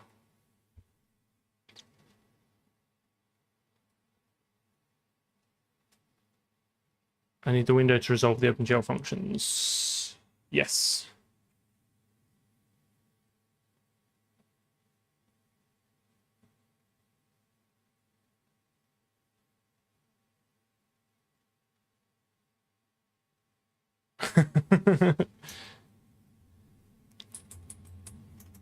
Yeah, I mean, I don't know. It's probably overkill, but it might be one of those things that is fun just to have a play around with live for like burn like a stream or two on it and see where we get to. Because that's largely the point of this. It's like it's just I didn't need like a coroutine based job scheduler, but I thought it'd be fun to kind of go through it and show people how I kind of approach these problems and stuff like that. So I suspect in the next project I will need to keep the scope as tight as possible, which probably will mean throwing stuff out like okay, but it's like it's something to consider. I've been using C++ for about a decade professionally, maybe a little bit longer, and I've always kind of messed around with OpenGL, but I've never used it professionally, which is why most of my OpenGL code is terrible, and most of my C++ code is passable. Okay, so this should fail here because these will never be set.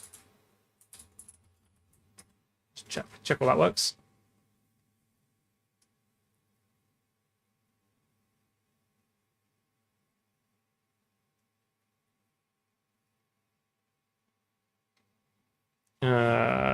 Oh, of course, this now looks different here, doesn't it?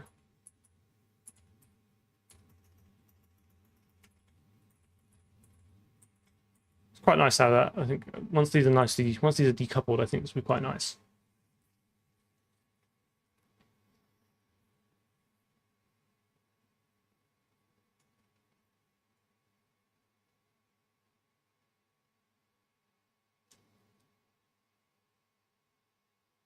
Okay, fine. I think between, I guess part of my view is that if it's a choice between yeah, okay, this looks fine. Yeah, line 40. If there's a choice between figuring out how to animate something in Blender or doing it programmatically with code, I know which one I would probably pick first.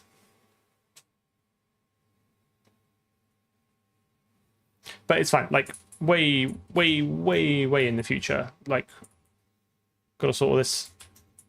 Can't even get this working. Okay, so now let's go to the message bus. So the message type is new camera and new scene.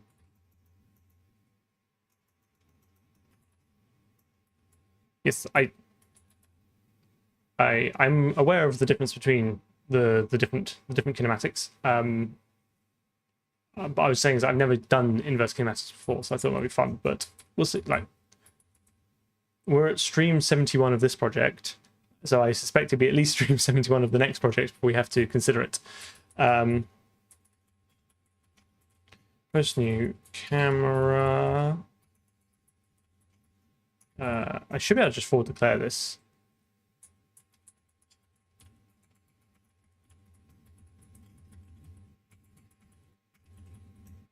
I think my kind of lofty goal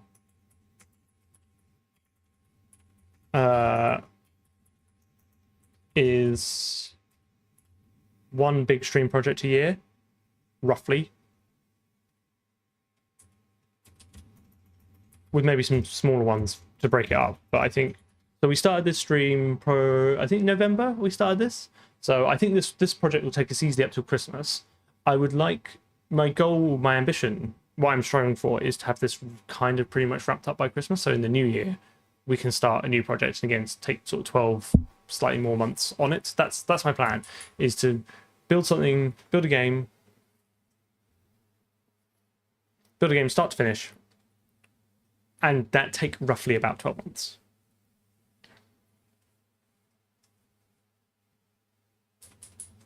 But I don't think I do. I think I just have fun with it.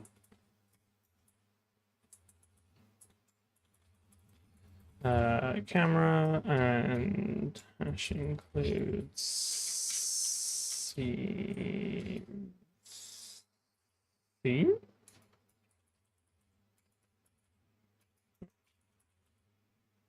Why is it?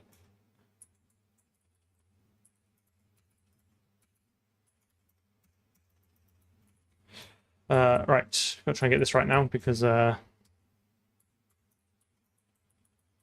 post new camera.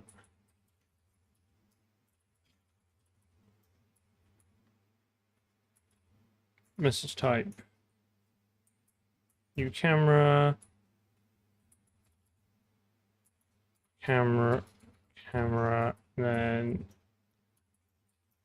this goes into handle, which we've not written yet. Camera. Post. So this becomes scene.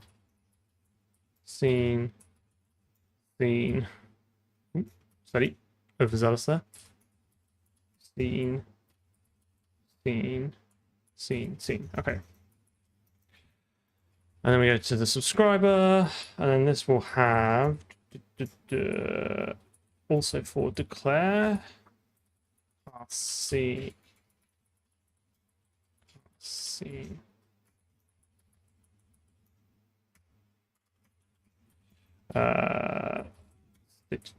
Handle new camera. Should it be a const pointer? Maybe. Am I going to change it? Not with the amount of time I've probably got left this evening. It's internal anyway. Okay.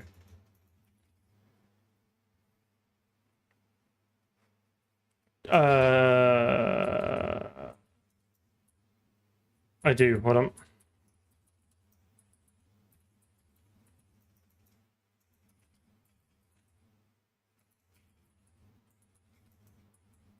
Okay, I think that's...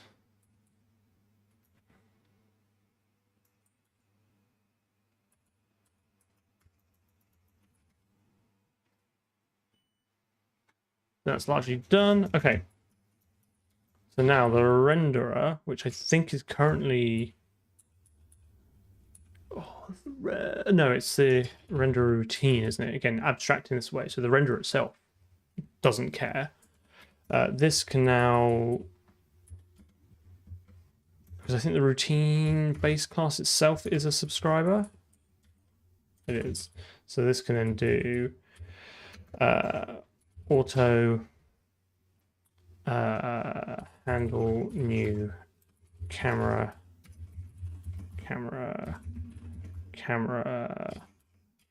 void override handle new theme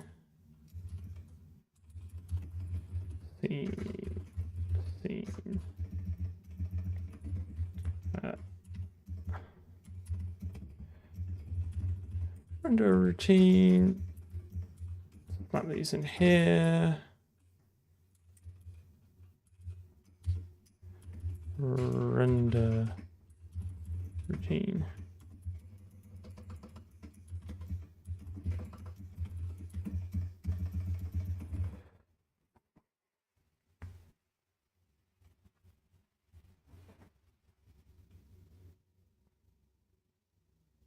It will be ambitious, but you have to remember a lot of the boilerplate would already be done. Like we spent, like how many streams did we spend on this project just setting up like the window code and the OpenGL code and the maths code. So all that we can kind of smash cut. We should be able to, like, my plan is to basically smash cut to pretty much just writing the deferred renderer on stream 1.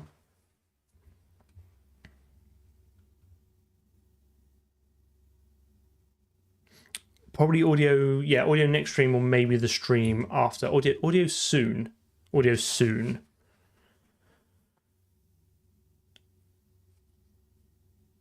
We're directly using Win32. So if you look at the window class, we do all the window shenanigans to create like the dummy OpenGL window, resolve the wiggle functions, resolve all the real OpenGL functions, like pump the events, translate the messages, like complete it.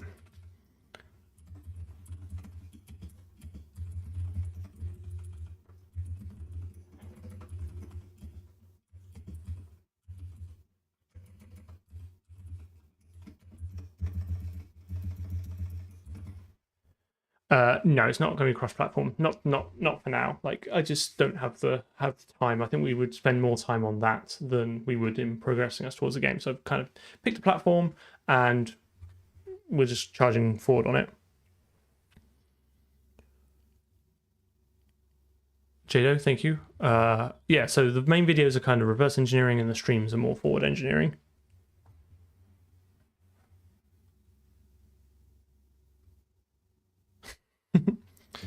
Someone has already kindly composed like a backing track for the game and sent it to me. So I already got some audio files to start using, which is cool. Lua is used for the kind of like the level design. So you can script up how you want like the levels to work at the moment, like how you want the objects to appear, how they interact, what the win condition is, that kind of thing. So that's all driven by a bunch of Lua scripts. So it's quite easy for us to extend in the future. Yeah, I mean, just, or I mean, I probably should have multi-res support at some point. We shall see. Okay, so this will continue to not work. However, if we go to the main menu routine, I think here we're going to need a camera and a scene.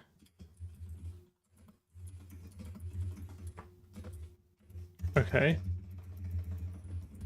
And then main menu routine.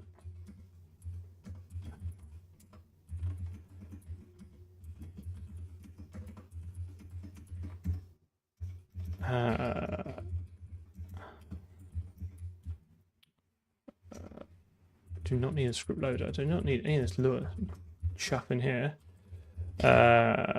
Camera and scene.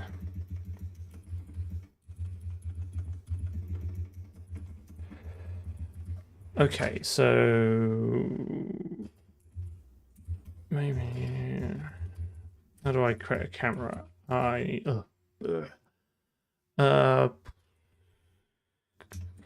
Where do I? Is it player that currently? Where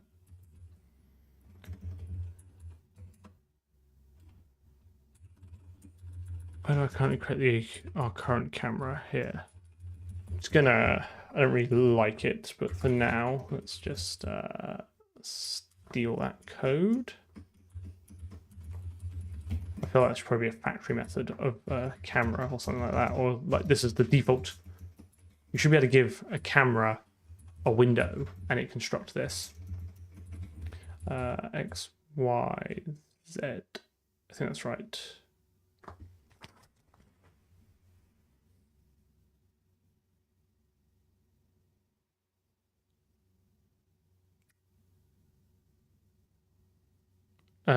So yeah, the core gameplay logic will be in Lua. Yes, it's sadly no singing from myself.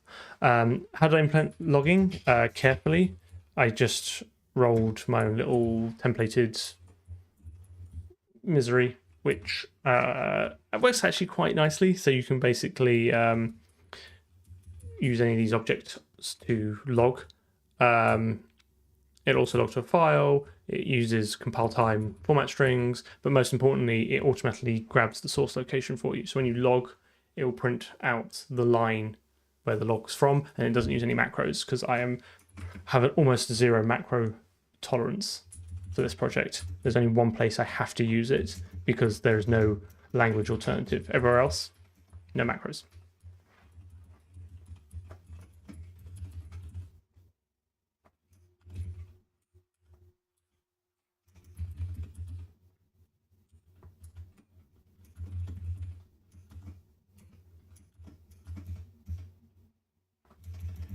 I find they're hard to reason with, they're hard to debug.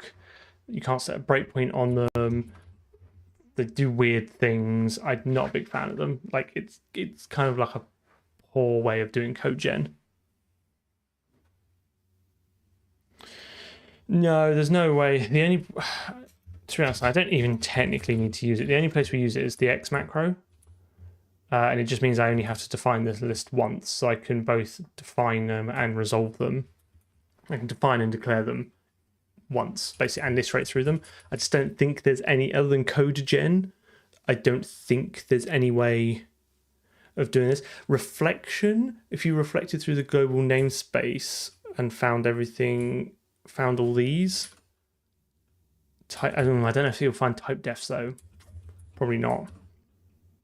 Well, that's broken my Vim. Right, okay. I'm not going to do that again. So yeah, I don't think there's a language alternative to what I need to do there yet.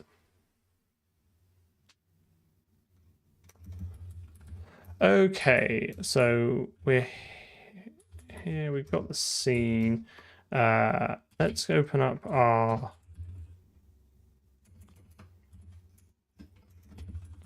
Lua level, because I think this is where we create the scene object. I'm probably just going to steal this so it's at least valid.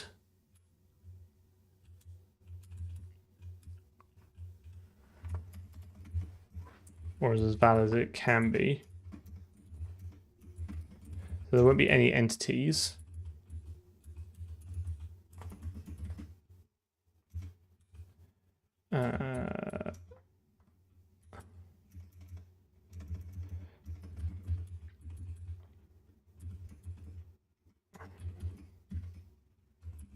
.5f.rg equals 0.5f. Yeah, I know there's a mistake.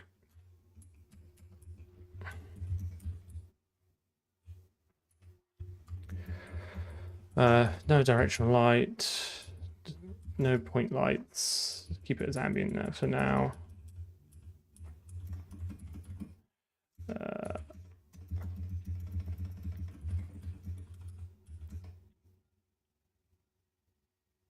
don't think I want a skybox. Can I don't know if my game currently supports that. Like, if I don't have a skybox, don't render it.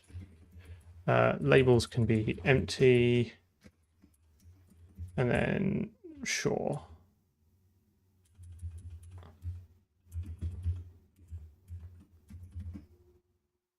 I think that's probably kind of about enough to get going.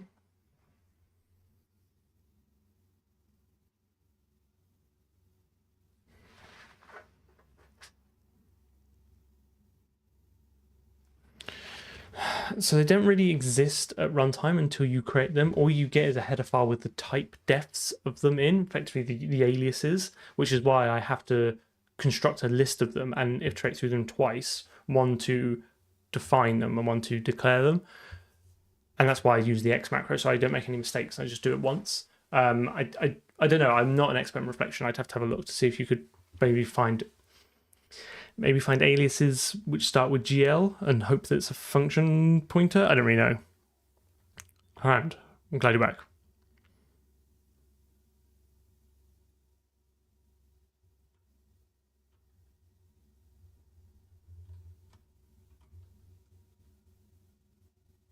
Okay, so let's do bus dot post new camera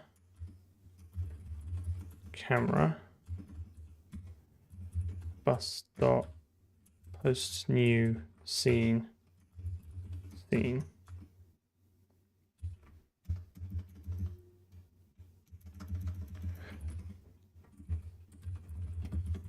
wonder if this. I just want to get like a blank screen rendering that I can then progress past, and then we can just fill that scene with something next time with some text labels and stuff. Blah blah blah.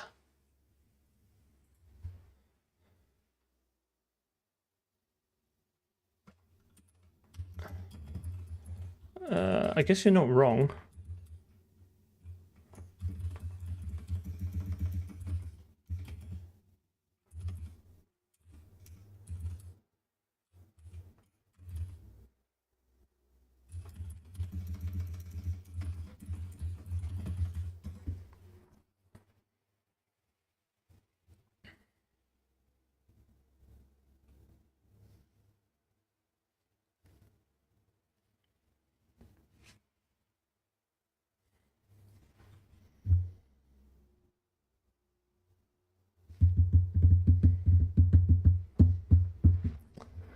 Okay.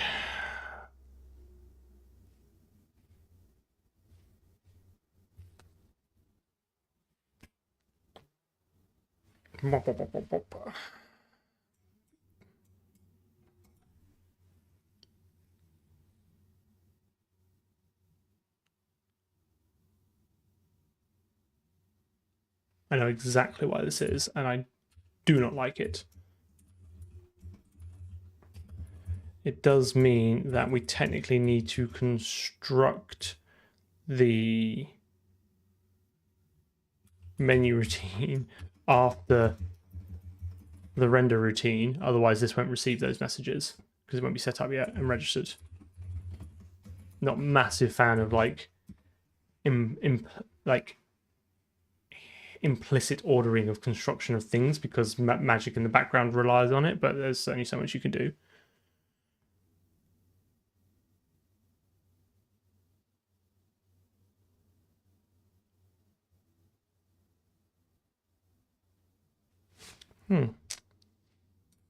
Apparently it's still not happy.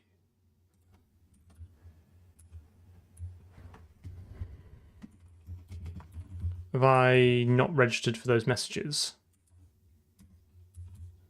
I have not.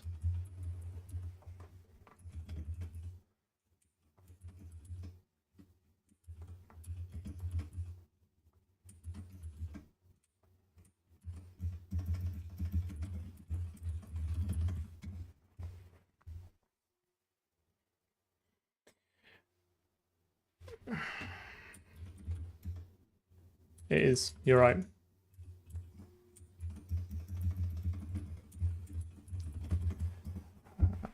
I I played the Battlefield 6 demo. It is the first Battlefield game I've ever played. I am terrible at it. I'm so bad at it that people started typing mean things to me at the post game wrap up. So I feel like I had a positive impact on the whole experience.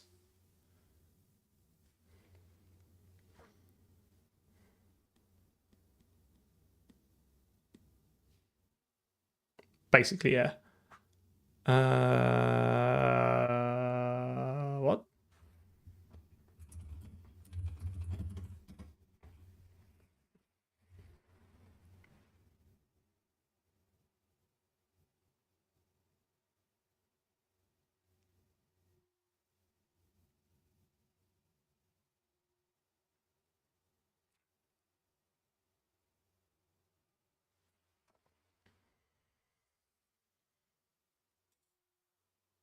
Is it crashing?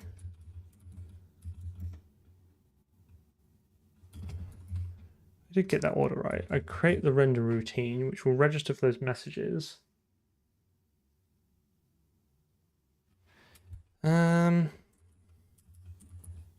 Possibly, but where? Because I could check it here before I use it.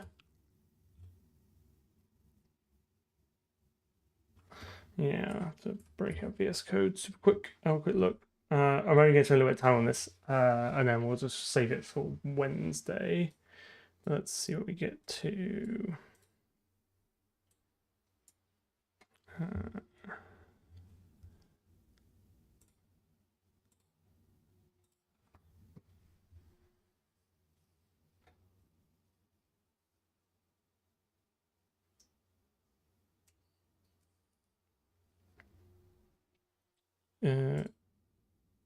Oh, interesting. It has started trying to render it.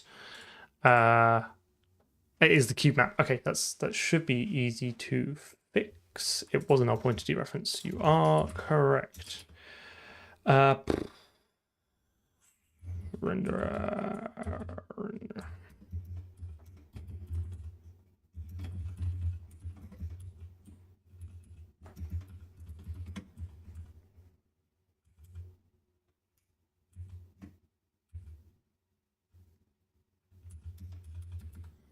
So I think I want to basically do if theme dot skybox.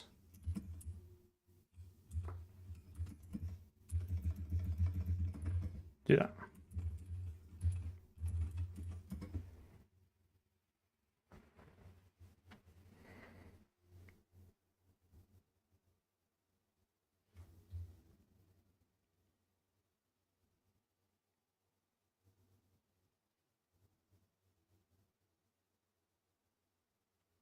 Okay. Black screen.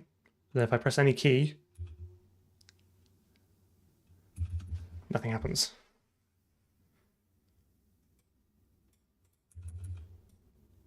Why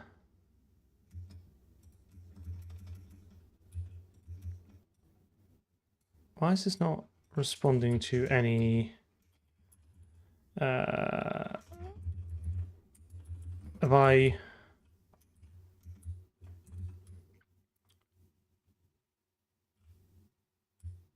I'm registering for key presses, which is strange. So why is this not? Why is this not doing log debug event state?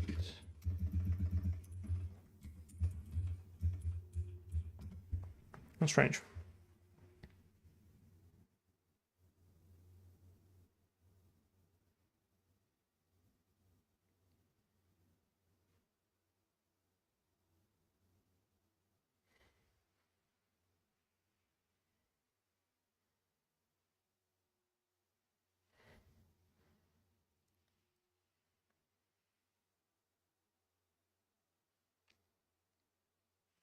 Okay, so if I... Okay, so I'm getting those. And it has interesting. It has transitioned to the running state after the first key press.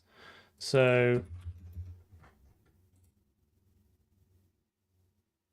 it means it must have fallen out of here. Oh, I would not have not set the camera and scene for the new.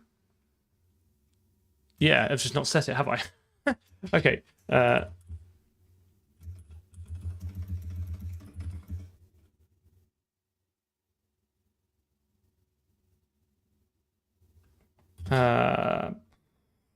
Level routine.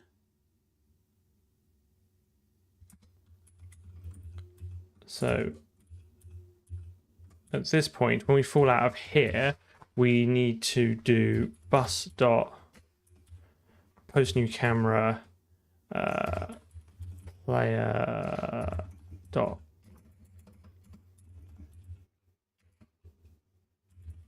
camera. Oh, that's gonna be const, isn't it? Ah, gross. And post new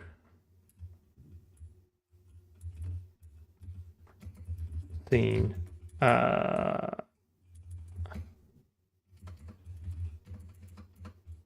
Level dot scene. I'm just gonna. What's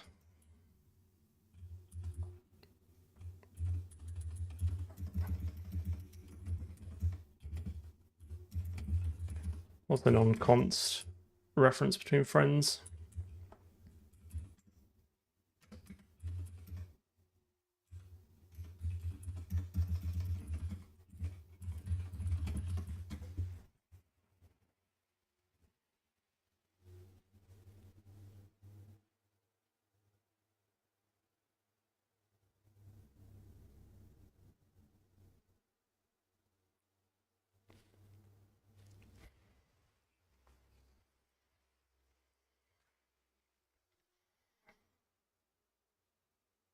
Is it this white that you're referring to? Okay, so let's press any key.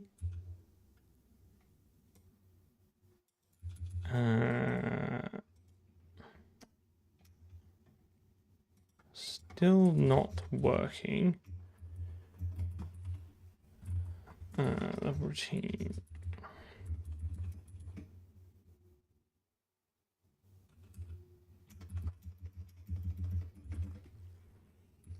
So all the camera and everything should all be set up at this point.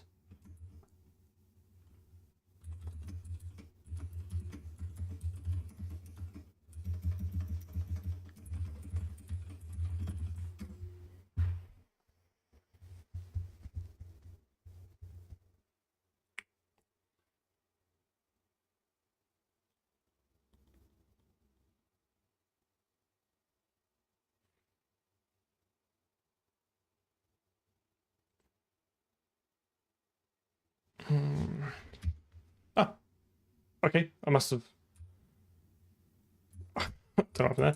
So this works, and then we pause it and blur it and continue. Why did that? Just run that again. Seems odd that didn't work the last time.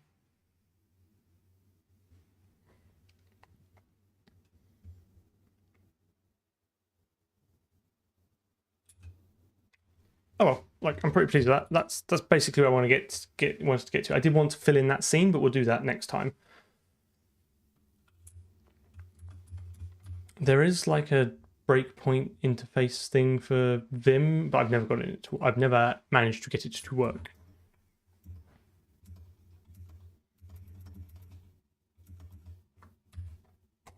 Okay. Probably just forgot to save something. Oh my goodness. Right. Okay. Let's tidy this up super quick. Where do I even want to start? I guess all the messaging stuff. So that's kind of easy. So yeah. Add messages for changing camera and scene. Unconst camera in player. Is that the only change? I mean, make skybox optional.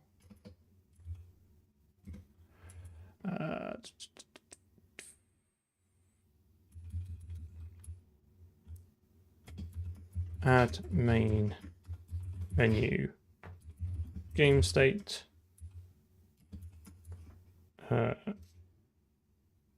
Set default set initial game state to main.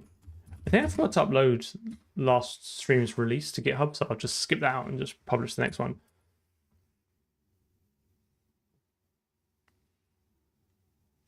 Yeah, it's lazy Git under the hood. This is just a NeoVim plugin for it.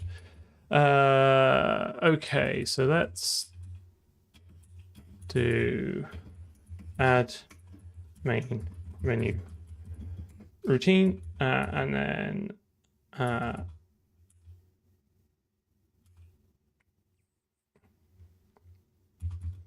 this is basically just like integrate new routine. Not my best commit. This is stream 71.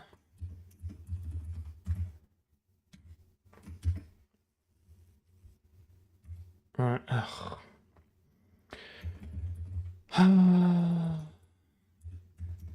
Yeah. Version 40, stream 71. Yep. Push that up. Okay. Start the release build. Okay. That was good.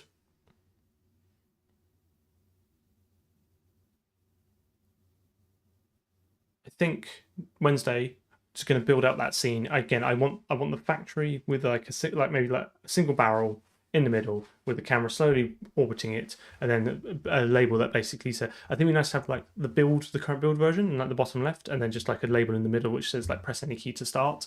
Then we go to the game, remove that label entirely, and then have it so that when you pause it, it says paused, even though it would be obvious, and then maybe like Q, like escape to unpause, Q to quit, M to go back to the menu, something like that, and then make sure we can loop back to the menu, and we can just keep kind of going around that, and then that'll be it for the state transition stuff. As after that, sound. There is a public copy of the code, but it's a little bit outdated. It doesn't have any of the coroutine stuff. But if you can find it, I think it's. Do we start with bang git? Bang code. I do need to update that. I'm chronically short of time, so I do apologize. My plan for I keep talking about the next project is always more interesting than the current one. I want to have a much better setup for the next one so that I can make all the code public as I go along and make sure the assets are kind of better segregated than I've done this time. Again, learning a lot of lessons about building games and managing it live with this project. Yeah, I'm going to use Win32 for sound. I'm just gonna suck up that misery. Yeah, I'm probably going to use Xaudio 2, I think is the one I'm probably going to use. Is it Xaudio? Xaudio 2? Something like that. Yeah, Xaudio 2 I think I'm going to use. I have never used it before in my life, so we will have to figure it out as we go along.